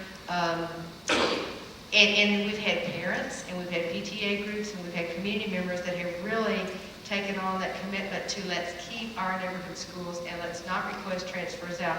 One thing we've committed to do as a district is, in terms of technology and resources, is to do the same for all of our schools, and for all of our schools to be comparable in terms of programs and services. So that's what we're committed to. I understand what you said tonight, and I know that you feel strongly about that, and I respect that. But I felt like I needed to make that statement on behalf of the district.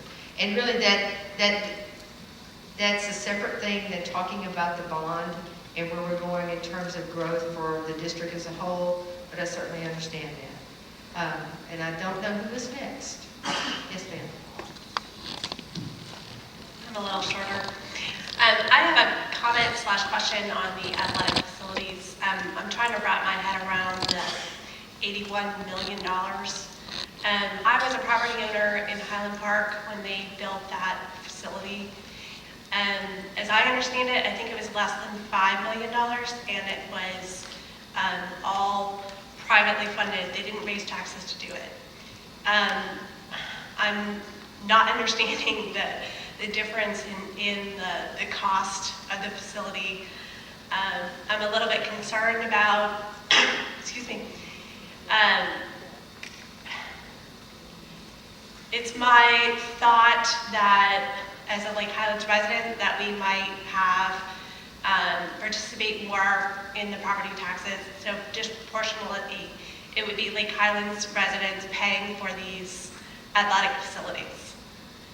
Can you speak a little bit more as to why the difference? Well, I don't know what they built in Highland Park. There's also no AC in that one. Right, and there wouldn't be AC in ours either. I don't know what they built in Highland Park. I don't know when they built it in Highland Park. Was it recently? Was it within the last year? Don't want to put you on the spot, Jeremy, but do you happen to know, since you work in Highland Park? 5 years ago? I mean, you know, there's part of it right there is that it's 5 years, and I know you're frowning at me, but not all of it, but it's going to be part of it. It's going to be a variety of things. I also don't know what they built in Highland Park. You know, the building code requirement, we have had a number of people say, well, you can build one that's a lot cheaper. The code requirements in the city of Richardson and the city of Dallas require masonry construction. We're also having to put in fire lane, water drainage, utility. All of those pieces are going to be part of that. We're going to displace, in some instances, existing function there that has to be dealt with that drives the cost up. I don't know what the size of the Highland Park facility was, but that is the current estimated cost. Plus, it also includes renovation in the existing buildings for the existing weight room and the existing wrestling rooms. So, I mean, that is the number. That we've looked at that several times. I have to have more information. Certainly, we could try to get that about what Highland Park really actually spent, because I don't know that it was $5 million. I'm not questioning you, but you know, sometimes when you bore down on that, it's a little different than right, I understand. I think one of my concerns is that you threw out a number, $24 million for a new elementary school. So right. You're basically within the same ballpark as these athletic facilities, a new school, just in terms of cost. Right. And that just seems like quite a lot without a lot of explanation of exactly what we're paying for. Well, I mean, I think that Dr. Stone covered that and the video tried to cover that. I mean, we're talking about a facility that would be 80 yards long with an end zone on either side with a eave height of about 30 to 35 feet and a peak height of about 50 to 55 feet. Masonry construction, turf field with a new weight room, storage facility for fine arts, 4,000 square feet of storage for fine arts, storage for athletics, offices for staff, a training facility included in the facility for our trainers, a classroom included in the facility for students to be able to use. And then, did I about get everything on that part? Right. Right, Did I miss something the on cost per facility is I covered weight room, I 20,000. think. New weight room would be part of that. So, you know, all of those things are in it, but that's part of what we're here tonight. So Yeah, if we're you, comparing 20 million and $3 to $5 million. It seems like it's worth another look. well, we can certainly give it another look. We have looked at it a number of times Or already. you can explain or you can share that difference. Well, we'll try to do that. You know, we've looked at other facilities and what it actually costs to construct. And what we find is, generally speaking, Their requirements, their code requirements are different than our code requirements. We can't just build a big metal building. You know, that would not be Highland Park is compliant. masonry built. Well, we can look at Highland Park and we can try to get some actual information, some real data on that. 5 years does make a difference on cost. It does. And so we can look into that and we can try to include that information in frequently asked questions. Yes, sir. Thank you, and I appreciate y'all coming out tonight. Not sure I was called with the listening tour, but that's another subject. The question I really had is, I have several, as you know, Tony, but I do appreciate the board and your approach to the budget surpluses and not throwing it back into budgets that then you have to build on the next year, but instead to use those towards capital. However, I don't think anyone ever really anticipated that over a 6-7 year period or shorter, that you would come up with some $60 million worth of surpluses. And I really question whether or not the full budget needs, in fact, are being met. And we could go into a litany, and I'm sure people could raise their hands of different things that they've had in their individual schools where they've had shortfalls or projector screens that need to be replaced and aren't being, because they don't meet the cut, such as by that. I would say this. I think that the board and the administration made a terrible mistake about a month ago in voting for a $12.5 million building and not putting that in the needs inventory that we are looking at as the public. The board arbitrarily made a decision of looking at that needs inventory and decided that was the most important need to take care of. And I respectfully disagree with that decision, and I think you need to rectify that. Go back. I know that you have certain commitments you've made. Fulfill those.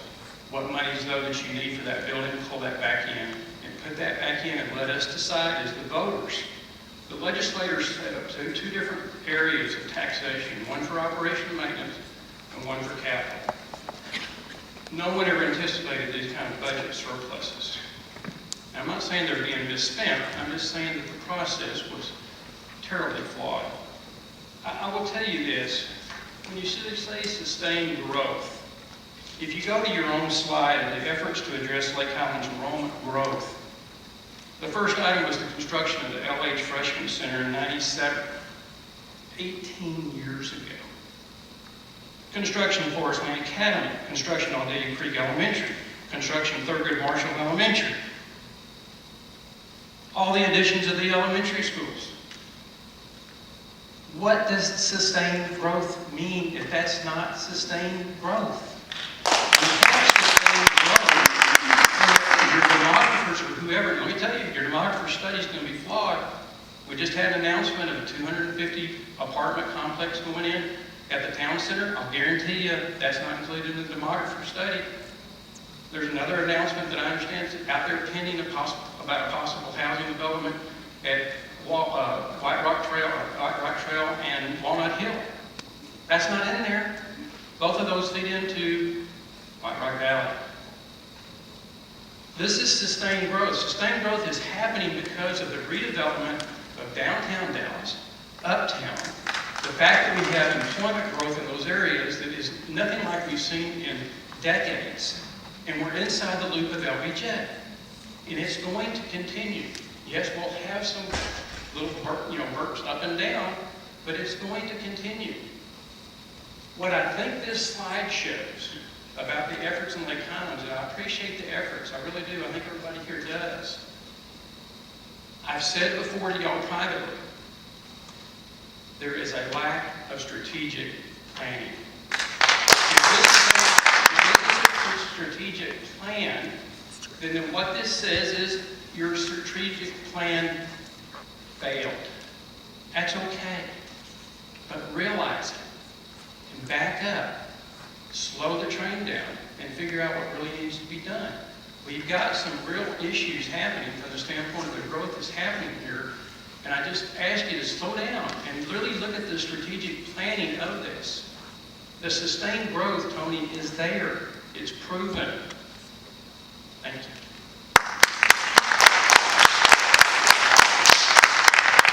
Thank you, Swan. all, and I appreciate the comments, but two things I would like to respond to. As far as the sustained growth, that's part of why we added on to the 11 schools that we've added on to. That's part of why we've added on to Forest Middle Junior High, is because of projected sustained growth. So I don't think we've ignored that. Now, maybe we have not moved quickly enough for some folks with that, but we tried to move very thoughtfully and in a measured way when we started in 2012. Because what we have seen at a number of the campuses that we visited with when we started talking about adding on to those schools was resistance to adding on to the schools. That happened at virtually every elementary school that we went to. The only one that really was open or more open to that was White Rock Elementary School. 2.5, when we went a year and a half ago. All of the others have resisted that. So there's been criticism when we've added on, and then there's been criticism when we don't. So it will be interesting to see if we are able to get the support that we need when we come forward with the plans based on the demographer's information. The other part I just want to speak to is the decision by the board on the non-traditional program. The reason that we use capital projects funds to do that instead of waiting for the bond is we have hundreds of students that we are not serving right now. We have kids that are dropping out. Our dropout numbers are increasing. Mr. Miller can attest to that. Every single high school principal can attest to that. We have a need to address that need right now. And so the board made a decision to use capital projects and not wait for the bond to be able to do that. That was the decision. And I don't have any regrets about that at all. I do have one. My regret about that is that we didn't do it sooner. That's my only regret, because we literally have hundreds and hundreds of kids that we are not serving right now. They may not be your child or my child, but they are somebody's child, and we have a duty to those kids just like we have a duty to your children. That's why we did it. And so we have a program that serves about 65 kids at Kristen McAuliffe Learning Center. That's about maxed out because they can only do it in the evening.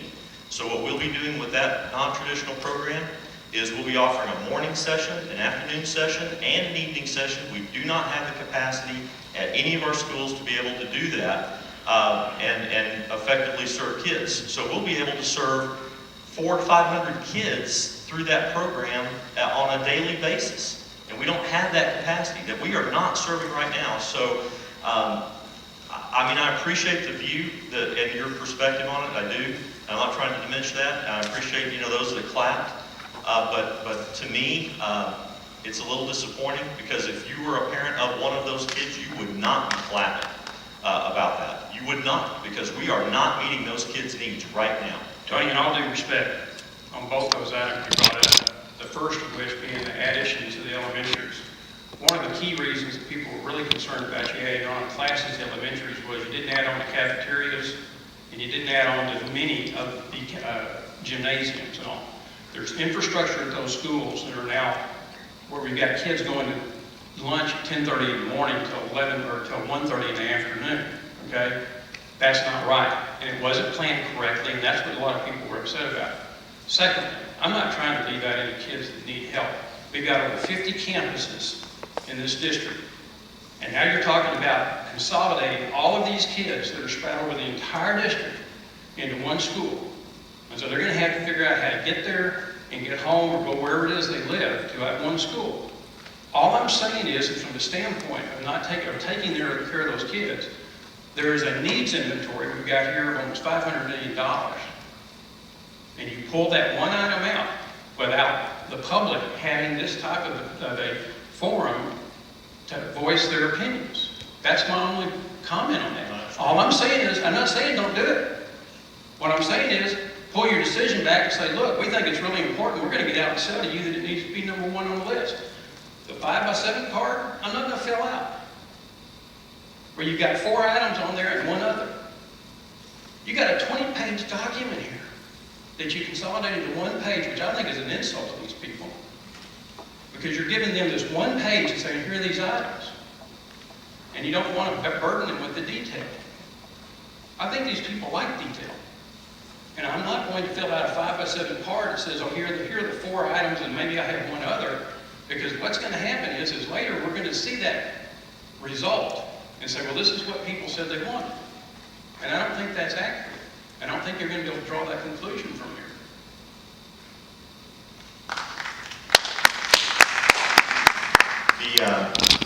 I'll speak to one other thing. I know we've got somebody over here, maybe some people are tired of standing, but then we'll go back to the people who are in line.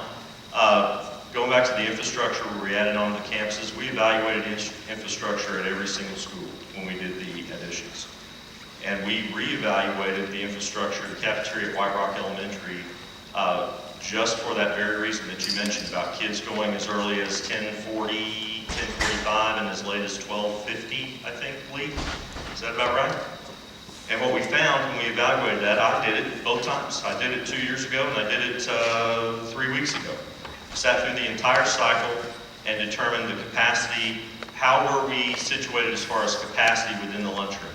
And what I found, I'm not trying to put Lee on the spot, but what I found is there were 2 5-minute intervals within that block of time that we were at 90% of capacity for the lunchroom. 2 5-minute intervals.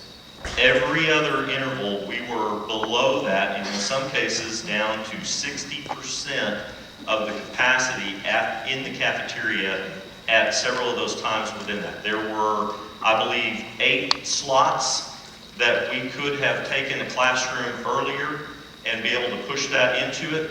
And so the discussions with Lee were that if I added on to your, and this is the exact same thing we found 2 years ago, if we added on to your cafeteria, would that change your lunch schedule? If I added 30% onto your cafeteria space, would that change your lunch schedule? And Lee, your answer was, no, it would not, because it's driven more by your scheduling issues, and it has nothing to do with the space in the cafeteria, correct? I see your head, for those of you that can't see, your head is nodding this way, up and down.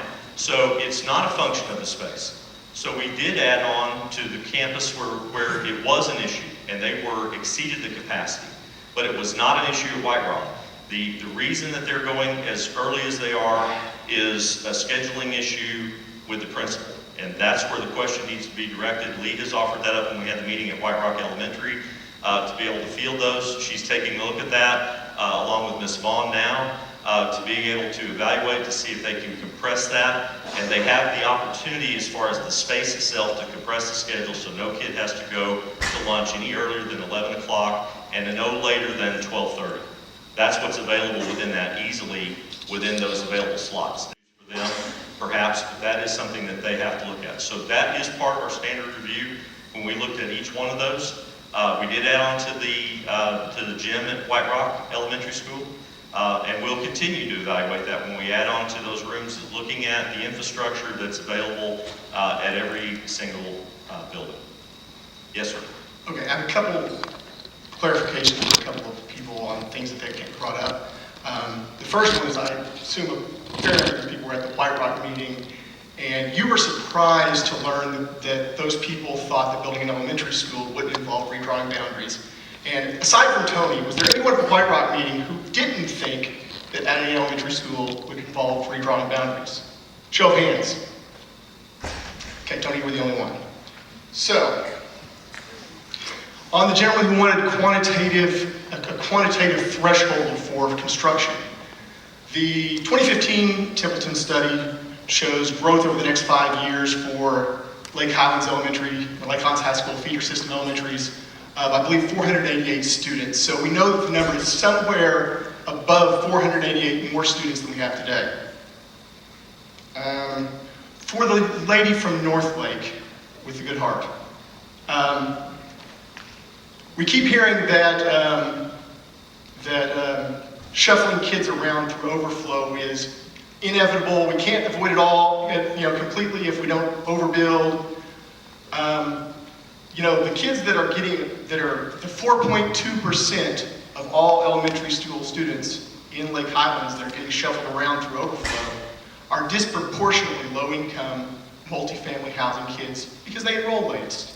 So it appears to me that RISD administration is happy to shuffle around the kids that don't have a voice, the kids that aren't represented in this room. That's false. That's not what I said. That's not what you said. No, I was providing that as addition. I understand the issue as far as the historical transfers at North Lake. I was just saying, you're talking about people about. Talk about the bond. Okay. Is there a question? Absolutely. There are a couple, but I'll just give you one for now. What fraction of RISD's property tax income comes from Lake Highlands, using last year as an example? I don't have that information off the top of my head. Wow. I'll get that information for you. Do you have another question? Sure. I'll move on to something else. I've heard you give an explanation several times of recapture. And you gave the most thorough one tonight that I've heard, actually, because in the past, you've always alluded to it basically being flat. We always used last year's number, and they would always revert to that, which of course can't be true because that would allow our budget never to change. Tonight, you actually said it's a weighted enrollment number that's used. What factors go into weighting that, and what has our enrollment been doing over the last few years as our property tax base has increased? The weights that go into that, what I've tried to do is limit the conversation on the school finance aspects. It's a little more involved than probably most people have the patience or the inclination to hear. And I'll answer your question. Let me answer your question. It's called weighted average daily attendance. So you take a child and you have to determine how many days during the school year do they actually show up. And then there are a series, because you only get paid, you only receive revenue for the days they show up. Then you have a series of weights based on what the state determines are student needs. And those vary everywhere from low socioeconomic or economically disadvantaged to bilingual education to gifted, talented, pregnant students, all of it, special education, all of those students within those different subpopulations, and there's a whole series of weights that you receive. They allow that student to qualify as being considered as more than one. So if you had a child that showed up, your child may not have any weights associated with them, I don't know. But let's say they showed up, your second grader showed up every day for the whole year. That would count as one weighted average daily attendance, or one WADA. If you had another child that was economically disadvantaged and bilingual or non-English proficient, that student, and if they showed up every single day for the whole year, they would count as 1.3. So we would get a 0.3 factor increase because of the additional costs associated with the children that present additional needs. So that's the weights, and you go through that formula, and it's a little more involved than that, but that's in essence what it is. And so you receive revenue based on, and it is a sum certain, it only changes when the legislature changes it. So your property values fluctuating don't necessarily change our sum certain, but they don't. So what increases our sum certain, that dollar amount per WADA doesn't change unless the legislature changes it. So if our WADA goes up, our state revenue goes up, and we factor that in. So what's happened as we've had property value growth, and they're not necessarily tied together, because we've had years where property values have declined, enrollment's gone up. We've had years where property values have gone up and enrollment has declined. We've had some years where they both go up and they both go down. So there's no direct correlation there. What we've seen over the last few years is that our WADA has gone up because our enrollment's going up. But if you break that apart and look at what is driving that, fewer and fewer kids within that WADA calculation qualify as more than one. They might qualify as a 1.12 for gifted, but we have fewer and fewer students. We have a slight decline in economically disadvantaged. And so that number, if you look at our overall weighting, it's been falling just a little bit. So that's what's happened during that period of time. Going back to your earlier comments, and I'd be happy to give a more detailed explanation for anybody that has the time and inclination for that. But that's in essence how it works. To go back to your earlier comments, I really wish you wouldn't characterize how I might think or feel about any of it, because I don't know that you necessarily know that. I'm not surprised when people, if building a new school would necessitate a change in attendance boundary. That doesn't surprise me at all. So if you had the impression that I was surprised by that for White Rock Elementary, that would be incorrect. So I'm not surprised about it at all. If we build a new school, you will change attendance boundaries unless you build a magnet school that isn't associated with a specific attendance boundary. I know that. And the other thing about us being happy about overflowing students, I mean, again, you're characterizing the district's response to it. We're not happy about that, but is it a strategy? Is it a reality? Sure it is. Ideally, no, we wouldn't like to overflow students, but we are trying to find that balance about how much do you build, do you overbuild, do you overstaff in order to totally eliminate overflow, or are you going to have a certain amount of overflow that you realize is going to be necessary in some instances.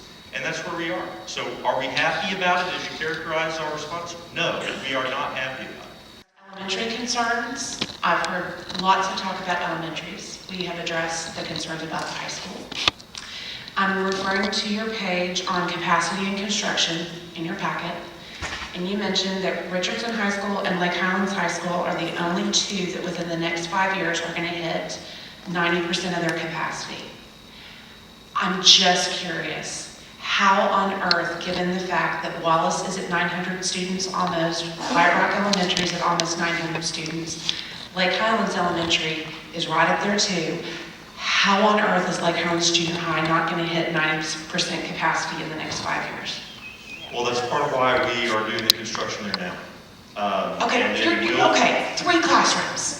Seriously? 3 classrooms is going to fix the problem. Well, I'm just trying to answer your question, ma'am. So, I mean, that was part of it, and we have walked the building. Ms. Brandon has walked the building with the building principal, with Veronica. We walked the building with her. There are opportunities there, and so they're going to have to look at that, but there is capacity at that school, and we can certainly revisit that based on the revised demographics information. I would just be really interested in knowing what percentage we're going to hit, projected in 5 years, given the tsunami of elementary students that are coming that direction. Right. You've got 3 of your biggest elementary schools in the district that feed into this junior high, and there is 0 mention of it in any of your bond information. Because at that point, when we developed it, we were not going to clip that 90% level for those 2 schools. There's only 2 grade levels at that campus. So you've got this influx, and we've taken that into account. That's why we added 10 classrooms for us in the junior high. And so we'll look at Lake Highlands. We've already looked at Lake Highlands. When we did the construction a year and a half ago, we considered them. We did not feel like they were a candidate for that at that point. It doesn't mean that they can't be a candidate for it. Can I respectfully request that you look at that data again and we've said that before, and we will keep saying it. We will keep saying it and keep saying it. We'll look at that information in January. If there's additions that we need to make in there or additional considerations, we can add that into the bond. It's a big concern. Thank you. Yes, sir. I actually have a bond question. Bond question? All right. Ready for a bond question. One question I've got is on the 2 proposals that are going to be out, given the fact that I know that one is going to be the maintenance, one is going to be the enrichment, mainly with the multipurpose facility. Given the fact that at Lake Highlands, about 63% of the students are involved in either athletics or fine arts, what about combining the 2? I mean, I know I'm on the bond advisory committee, so I was there, but I know my vote was for 1. And I know quite a few of us voted for 1. Is that set in stone? Is that going to be up for further debate, or is it now we're set and it's going to be 2? Because it almost seems like, and I know I've talked with others, that in a way you're almost kind of setting it up to fail, the multipurpose, because of the fact you're going to break it out, and it gets back to an education from y'all. And I know the presentation today was great. That was great information. I know that's based on a lot of what we've done in the 2 meetings, but it becomes a big educational job on y'all's sales job on y'all's part, because it does affect the kids in elementary school now, because by the time it's all said and done, they're going to be in high school. Right. My kids will be gone. I'm totally for it. And I got no skin in the game, other than paying for it.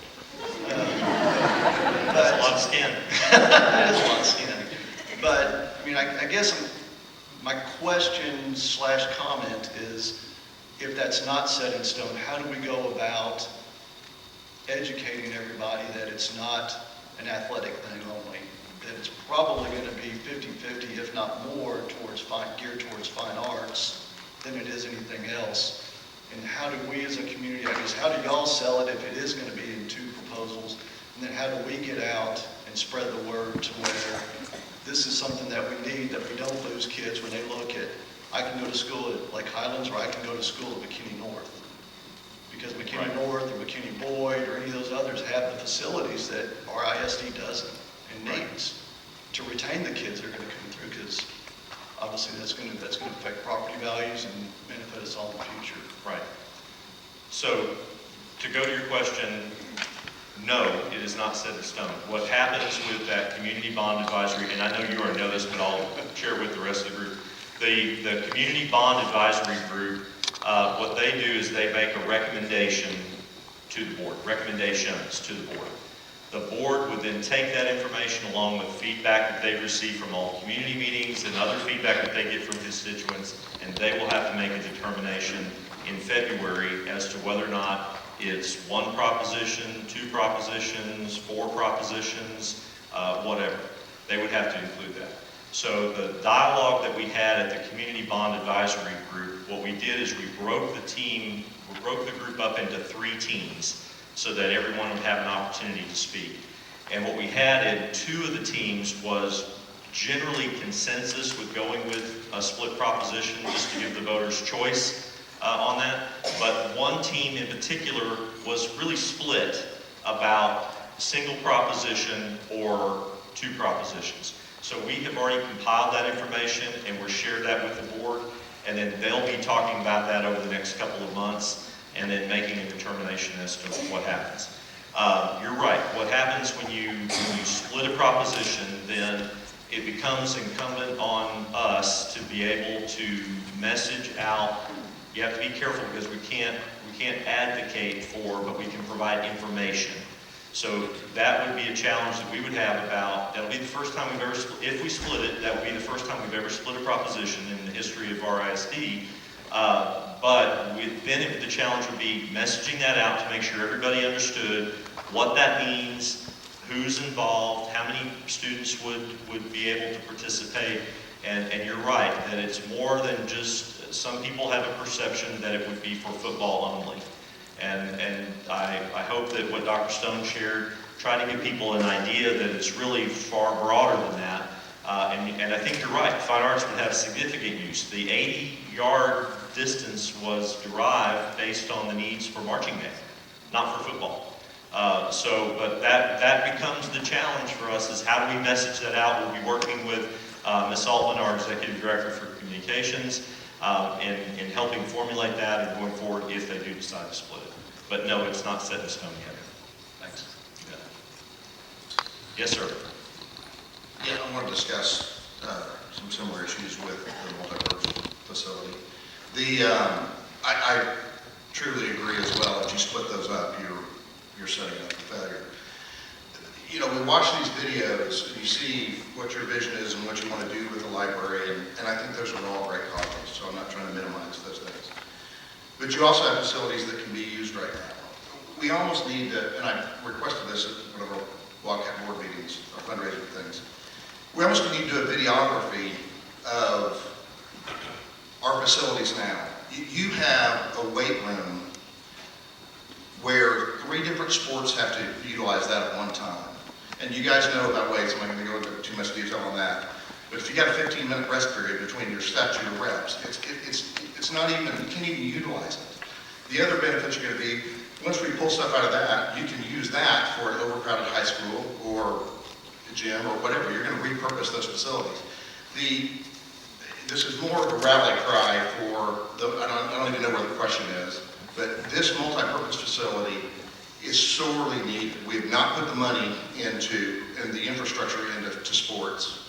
And I can't speak for all the other ones, but these kids try hard, these coaches try hard, and we can do better. We can do better with results. We can do better. We can give these kids a chance to train better, so we can compete against the Allens and all this. These multi-purpose facilities, whether we can drop the money down, whatever the needs are, it needs to happen. It really needs to happen. You're going to lose coaches because they're going to get frustrated with it too. So you've got some great coaches here. You've got some great kids. Give them a chance. And other things besides that.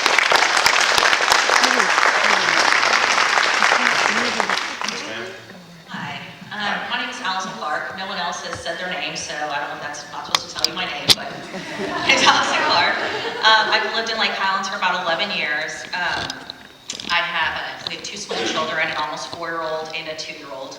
And so I'm really new to this. And a lot of the reason why I came tonight, I was out of town traveling on business for the one at White Rock Elementary, and I was sad to miss that, but I saw a nice mom wrote up a lot of the talking points. And so I thought it very important that I come here tonight.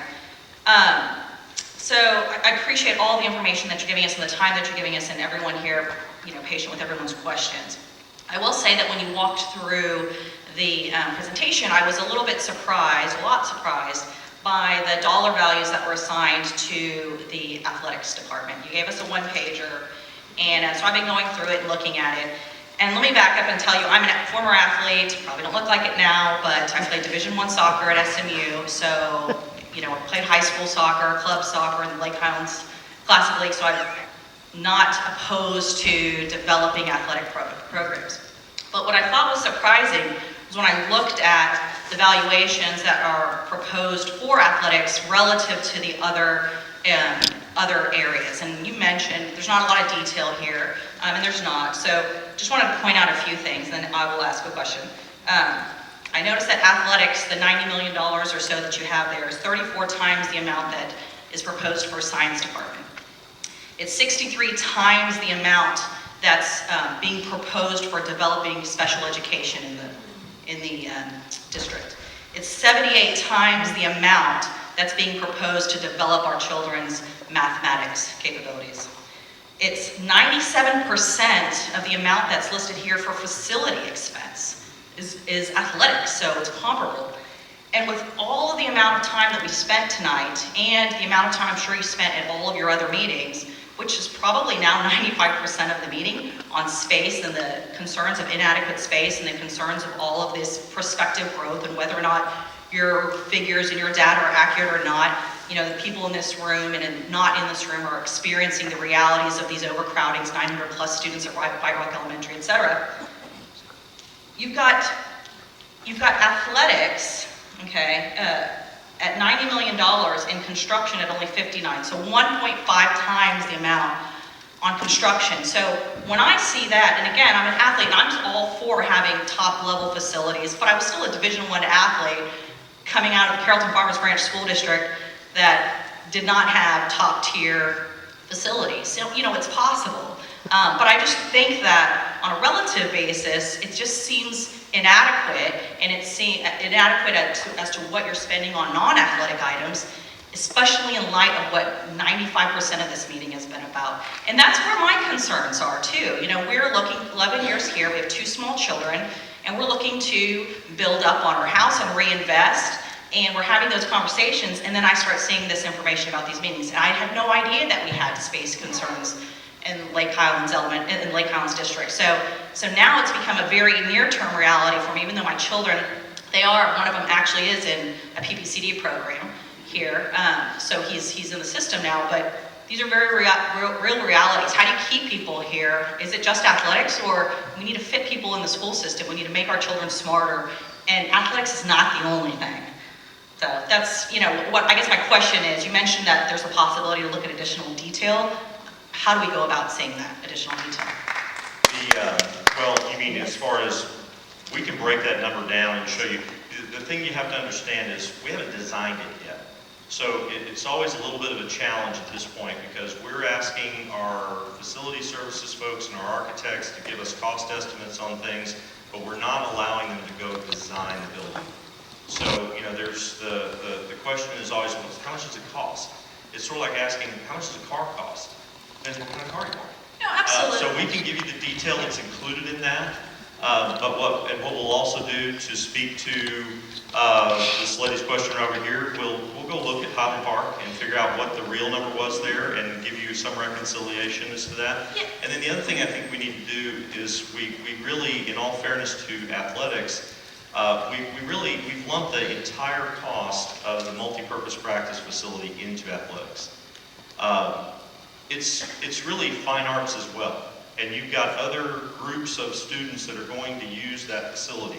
So part of the challenge for us is we need to figure out a way to break that cost out and show percentages in different areas, just in all fairness to them. We need to do that. Now, the reason for math, though, like we talked about at the beginning, it's not that we value athletics more than math. There just aren't a lot of capital items that are in math. There's more in math than in English, but there just aren't a lot of opportunities there. So it's not that we're denying them anything, but the technology piece is huge and would affect all curricular areas. So, certainly we can look at that, and we will continue to look at that number to see if there's a way to make it smaller as we move forward over the next couple of months. And we'll look at Highland Park, and we'll look at what they did. If they've got a better way to address the mousetrap, certainly we will look at that too. And we will look at trying to develop a way to fragment that to where it doesn't look like, it doesn't distort it, because right now it's a little distorted, having it all in athletics. And I think that's, especially given your presentation and given what was shown as to be the users of that facility, I can see where that would make sense to allocate that a little bit more broadly amongst the other categories. All in all, it doesn't address, again, what 95% of this meeting has been about, which is about space, which is about overcrowding, and which is about our true concerns about, I don't want my child, do I develop here and have my child go to being a portable? Or what we've already heard and had to deal with the, in my short 4 months here is the desire to ship my son from where we are, homeschool, 15, 20 minutes away to another school for a particular special needs program. Right. There are needed funds there, and there's just too big of a dispersion, I think, between the athletics and what you're spending in other areas, and lack of on facilities. Right. But thank you for your time, appreciate it. And the only other thing I want to add is I don't want anybody to think that it's an either or. That, if you do the multi-purpose, you can't have some of these other things. And that's not true. What we'll have to decide, what the board will ultimately have to decide is what gets included, what is the total? And does it need to be bigger than what's on that list right now? Maybe the answer is yes. I don't know right now, but we will know come February on it. So that would be the thing, part of the challenge we're going to have is what else goes into there, onto that list. Yes, sir. Yeah, I just want to piggyback off something that Alan was talking about earlier, as well as clarify something about White Rock Elementary. I was in those meetings when we talked about expansion back in, I believe it was 2012, and you mentioned that nobody really had any concerns. There were concerns voiced at those meetings. However, we didn't have a choice. I mean, we had students, and I think it was Lee's first year as the principal. We had students meeting for class on the stage. We had students meeting for class in the teacher's lounge. We had students meeting in closets, if I remember correctly. So if you come to a group like that and say, here's an option to add 6 classes, who's going to say no? That's not really a choice. So that's a reactive decision. And I think going back to what Alan was talking about is what we'd like to see from the board and the administration is a strategic plan on how we address growth going forward. And if that plan is, if we're going to target, and we want our elementary schools to be at or below 700 or 800 students, this is what that plan looks like. It's going to require us building another elementary school. It's going to require us building a 6th grade center. We're taking into account the multifamily units that are being built on Skillman. We're taking into account the David Weekley homes that are being built on Ferndale. We're taking into account the developers that have properties under contract that are building or planning to build over the next 2 years. That's the strategic alignment that we're looking for from you guys. And I think at least what I feel and what I hear is that we're at least not feeling like that's what you guys are doing. We're going to wait to see what the data looks like in December. Why? We know right now White Rock Elementary is over capacity. We know, I'm not trying to cut you off, sir, but, you know, I have answered that question umpteen times to Sunday. I don't know what else to say to you other than what I've already said. We have heard that concern. Okay, Mr. Wall shared that concern very eloquently. just So I understand, I don't know that we need to repeat it. Do you have a bond Just to question? clarify, the strategic vision for capacity growth in Lake Highlands and Lake Highlands feeder area right now is to move kids around until we feel like we need to build a school. That's the strategic decision right now. No.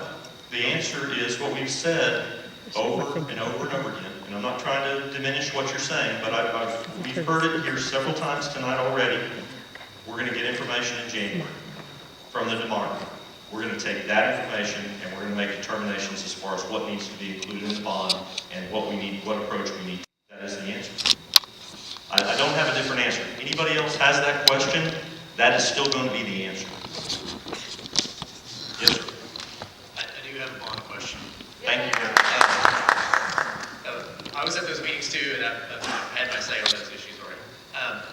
Regarding multipurpose facilities, I know this is going to be probably going to be an unpopular topic. Not every high school in the district has its own football stadium. We share those. Is there any consideration for building less than 4 multipurpose facilities, maybe building 2 with the idea that campuses would share? And I realize that's incredibly inconvenient for the campus that doesn't get one, because they have to arrange to share the time, and because there's going to be buses involved, and it's complicated, but it saves $40 million. Is that a thought at all? You know, that was a thought early on, and the issue that we heard from both fine arts and athletics is the difficulty in scheduling that to where all of the groups have the same opportunity to use the facility. And I think most people would be in favor of that as long as their high school was one of the 2 that got the multi-purpose practice facility. Well, sure. So certainly it's something that can still be considered. We've had a number of people that have suggested building 1 and having a central location for it, and then transporting students, building 2. We've had that option shared, so that is certainly something the board can consider.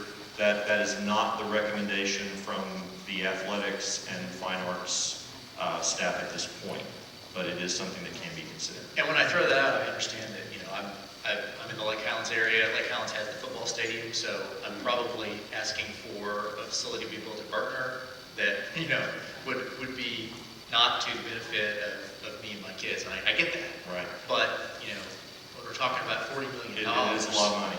That's Yeah, a absolutely. tremendous amount of money, and that, you know, that frankly might be the difference between me being able to support a bond and not being able to support it. So I just, you know, I want to put that out. No, it's a good point. Yes, ma'am. Hi.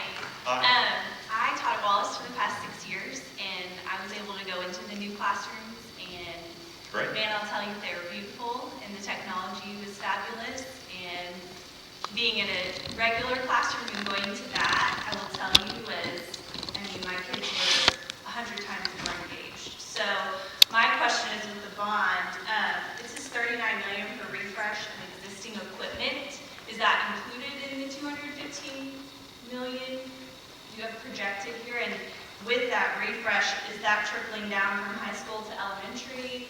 I mean, because I know that not all classrooms at elementary schools have that, and I know the magnet schools have iPads and computers and such, but is part of that technology maintenance going towards new equipment for the classrooms, or is it just to refresh existing? We've got 2 pieces on the technology side. So on the maintenance side, it's really going out and looking at the existing equipment that we already have. And those components that we anticipate reaching end of life within that 5-year band.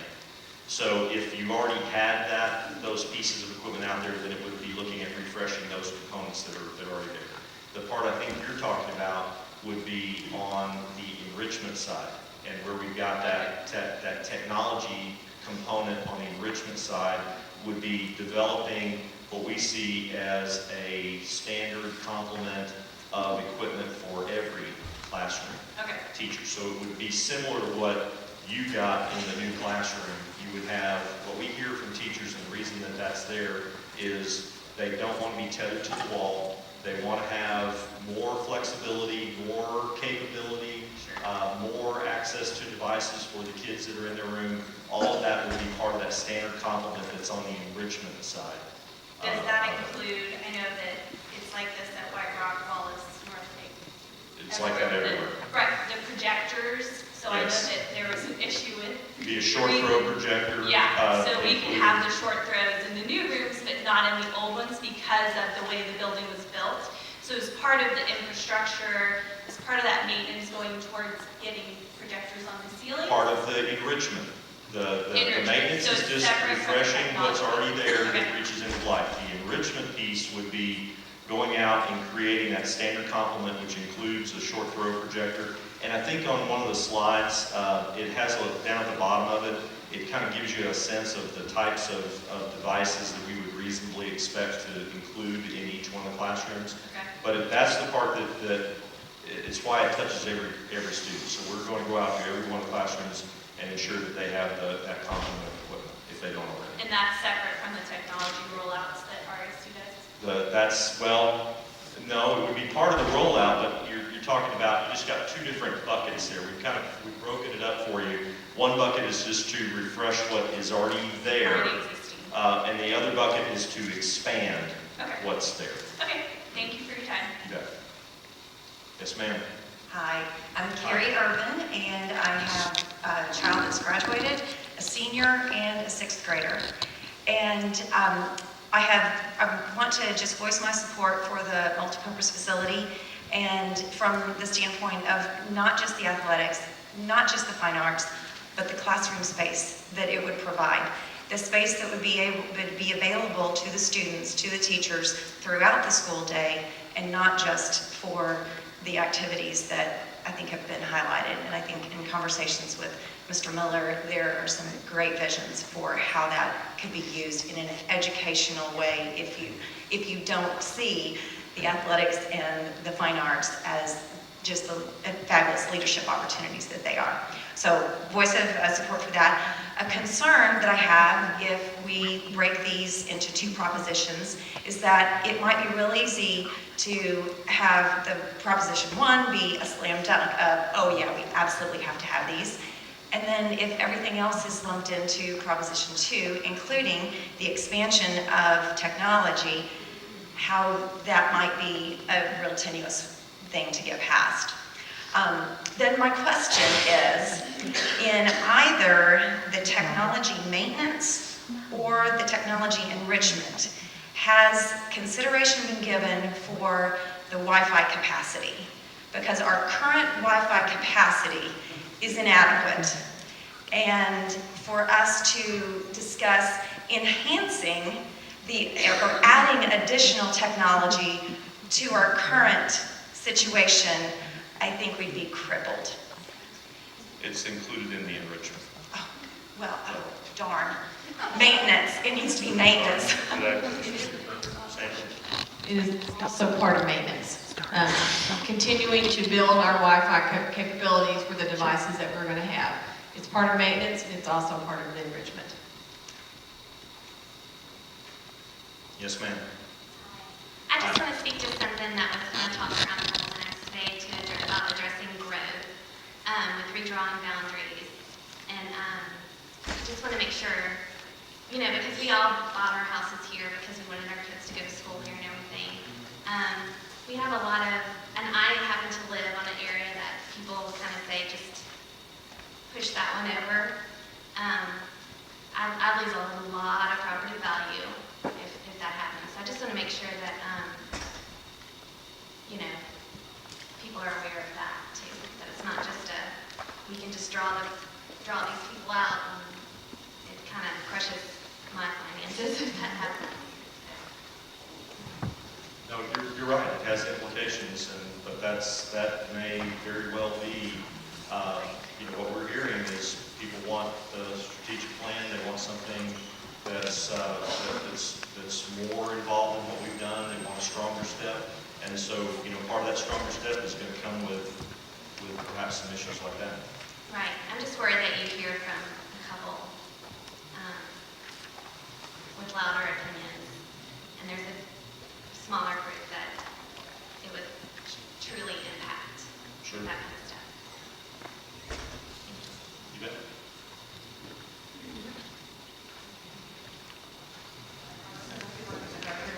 That's okay. I totally am in support of multi-purpose facilities. And commenting on the gentleman's group just too, this is something that the students use daily. You have students at the school at 6:30 in the morning. You have students that are out there until 6 o'clock at night. This isn't a facility that's going to be used solely by two groups of kids, football players or baseball players, or, just athletes, freshman-wise, or, the upperclassmen. It's something that's going to be used across the board for everyone. That really, with what he said, in showing the videos of these boys and these girls, you've got a lot of boy athletes. Show the video of them in the weight room. You're talking 6 kids deep in a time period that's included in their class time. This is an actual class that they're in. You're talking about taxpayer dollars that are going to this now, but you're also talking about if you have these kids that are dropping out of school or don't have an opportunity to get a partial scholarship based on a physical ability, then you're talking about your tax dollars going towards welfare and everything else. So what other argument are you going to have? It's going to be one or the other. You're either helping a child currently get out of the element, and it might not be your kid now, but it'll be your kid in a couple of years. So you're either going to be helping a child get out of the heat, like they said, 125-degree concrete, where they're laying down on their knees doing routines, or they're marching in tennis shoes, or it's 42 degrees and it's pouring down rain and they have no place to practice. These things always come back to financially, either we're going to be receiving the money or we're going to be spending it. What's the wisest way to spend it? I understand in elementary school is probably in order, but at this point, we're also talking about a whole other group of kids that this one specific bond is taking care of. Another school, that'll get factored in. I'm sure somewhere the money will come from that. But at this point right now, with this being in, it would be a huge disservice to that and to all of the students involved at all 4 area schools to put them in a separate package. It really needs to be all of it, because you will check that off, because everybody is focusing on athletics, and it's not. It's an entire group of students that will be just completely displaced and stuck with the same situation. My comment would be, please come outside at 6:30 in the morning and stand in the cold and march with these kids. Would be to come with these girls and these boys that are doing all of these dance routines and everything else, and watch them. Hey, practice and perform with them. Come out at 6 o'clock in the evening when it's 102 degrees while these kids are loaded up and physically exerting themselves. Stand there and watch with them. Sweat, stand still. See what they actually go through before you sit there and deny them an opportunity to have a facility that will help them do what they're doing.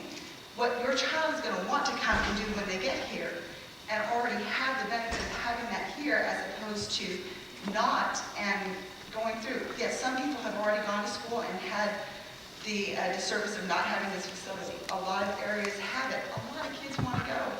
You're talking about so many things, but focusing on this, take the video camera, show that, let these kids see all of the kids that are going to be benefiting from this, and the classroom spaces that are going to be able to be utilized by having that, what you could do, and what would be open at that point. It would make a lot of this argument not happen.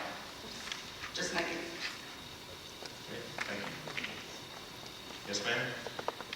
I'm Jeree Johnston. I'm a retired high school teacher from Richards, well, from the RSD. I actually was at Berkner. I didn't want to tell you that. At any rate, I was also their instructional specialist for a number of years. And I would like to comment on a couple of the other things. Roger is dead on about trying to get that all together. And I think the reasons for that are that athletics are instructional, and the band and all those things are instructional. There's education to be had in all of that.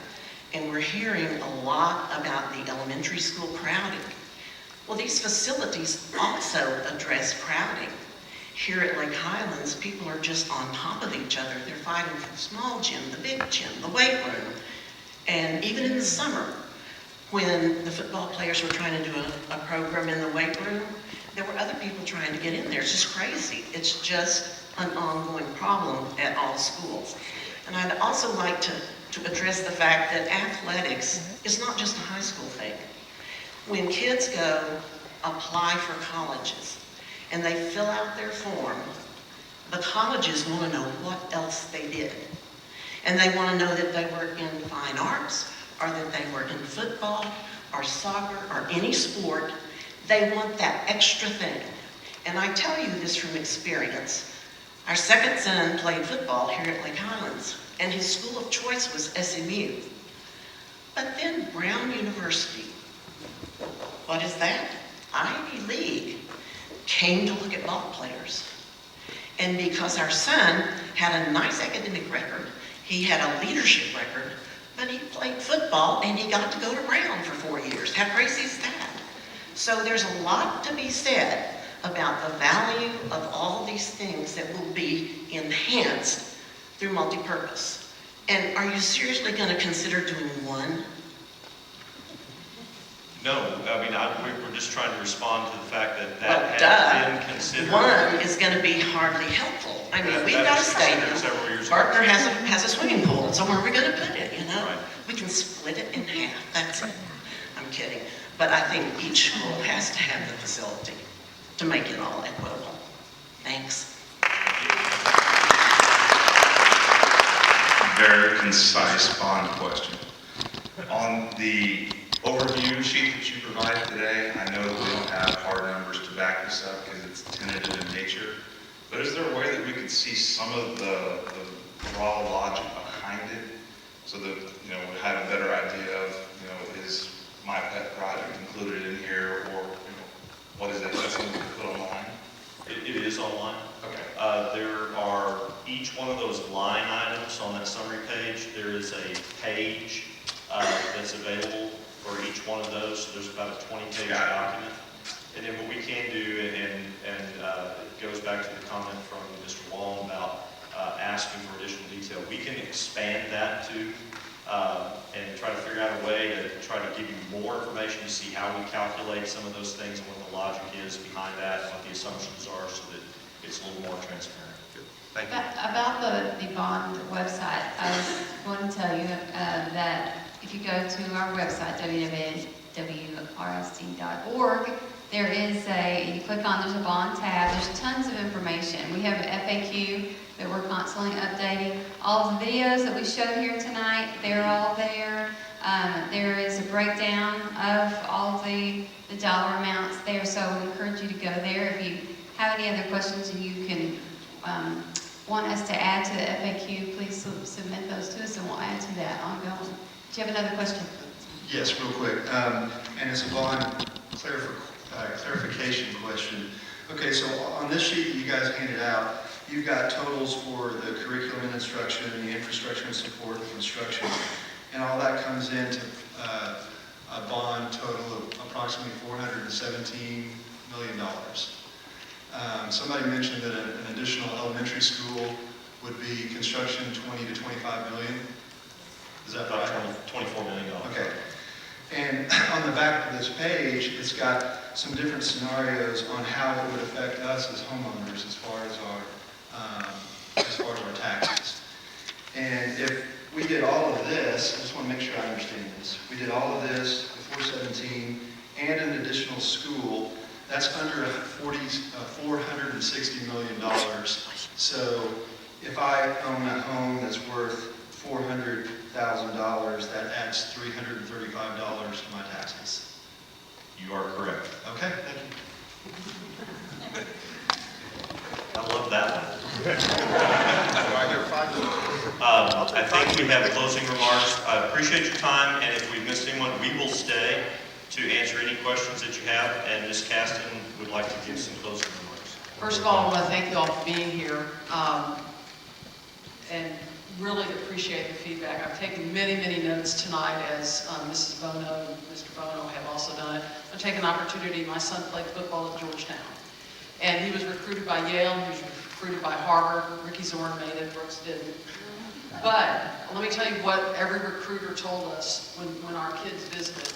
They said, we recruit athletes, and regardless of the sport, out of the high schools, the 4 high schools at RISD, because we know they're going to succeed academically in the classroom. And that's important to them because there are no scholarships. You have to succeed academically in the classroom in order to even be considered athletically. But they compete and they succeed in the classroom and on the field. So we both share in that. There's a couple of things I want to talk to you tonight as board. 2 things that mean more to people than anything. The first is their children, and the second is their money.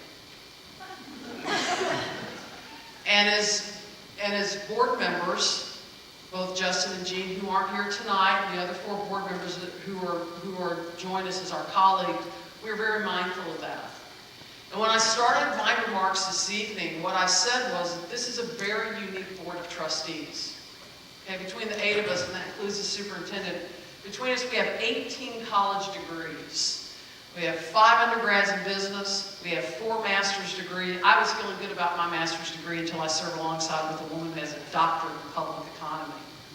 But what I want you to take away from that is as you think about how we're going to make a decision, is this is a board that is driven by data-driven decision-making, and we utilize best business practices in terms of taking in data, information, benchmarking, in order to make decisions that are going to benefit every student, every parent, and every community member in the RISD representing 38,500 kids.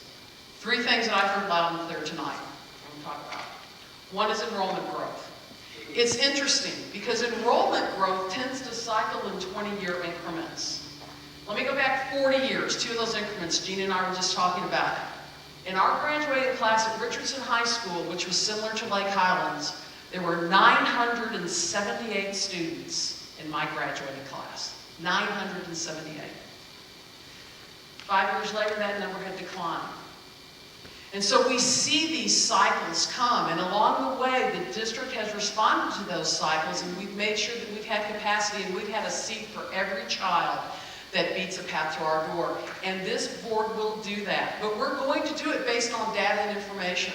So as Tony said, we're going to look closely at the projections that Bob Templeton brings us, and not just in Lake Highlands, because let me tell you what, the good news about the RISD is people are beating a path to all 4 attendance areas because they want to raise their kids here. We have construction in Berkner, in Pierce, and in Richardson, and regeneration in each of those areas. And we will look at every single school with a fine-tooth comb. Every single one of them.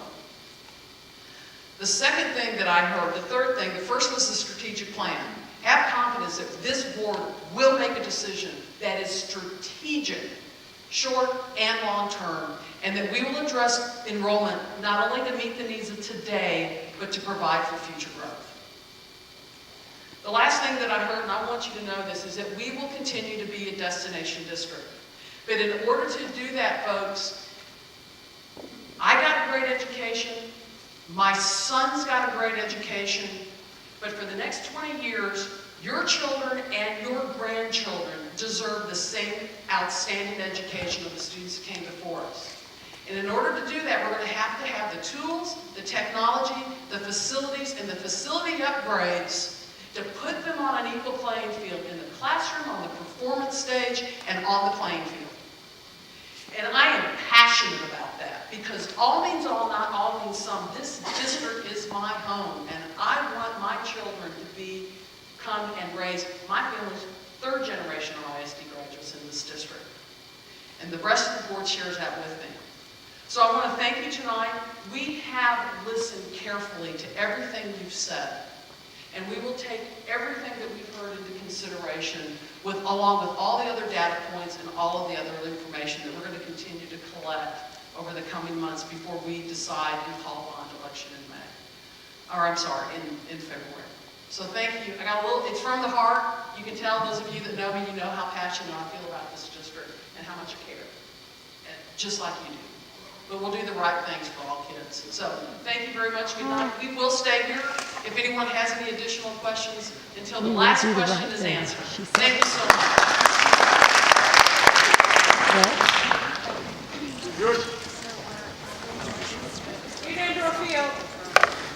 We need new turf. Just saying.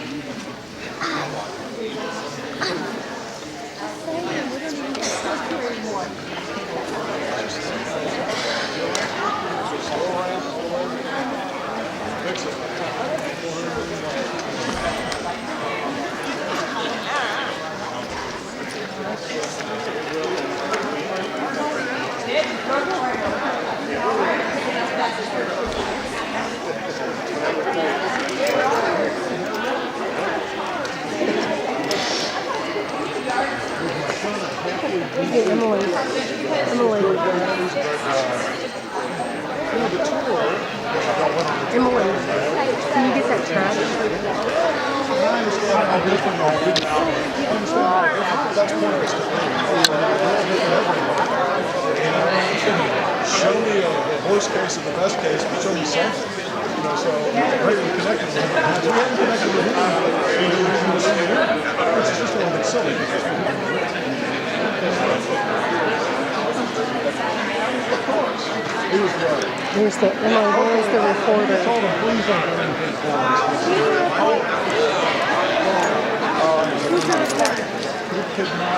The lady in the black coat. I saw it doing that side, and I'm telling you, neither one of them could do it, either of them did it. Where's the guy? Which one? In the blue?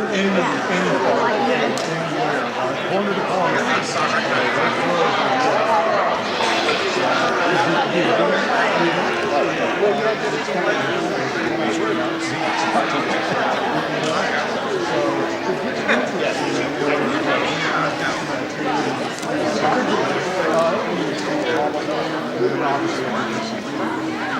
Who's Bono? This is a beating. Beating. You ready?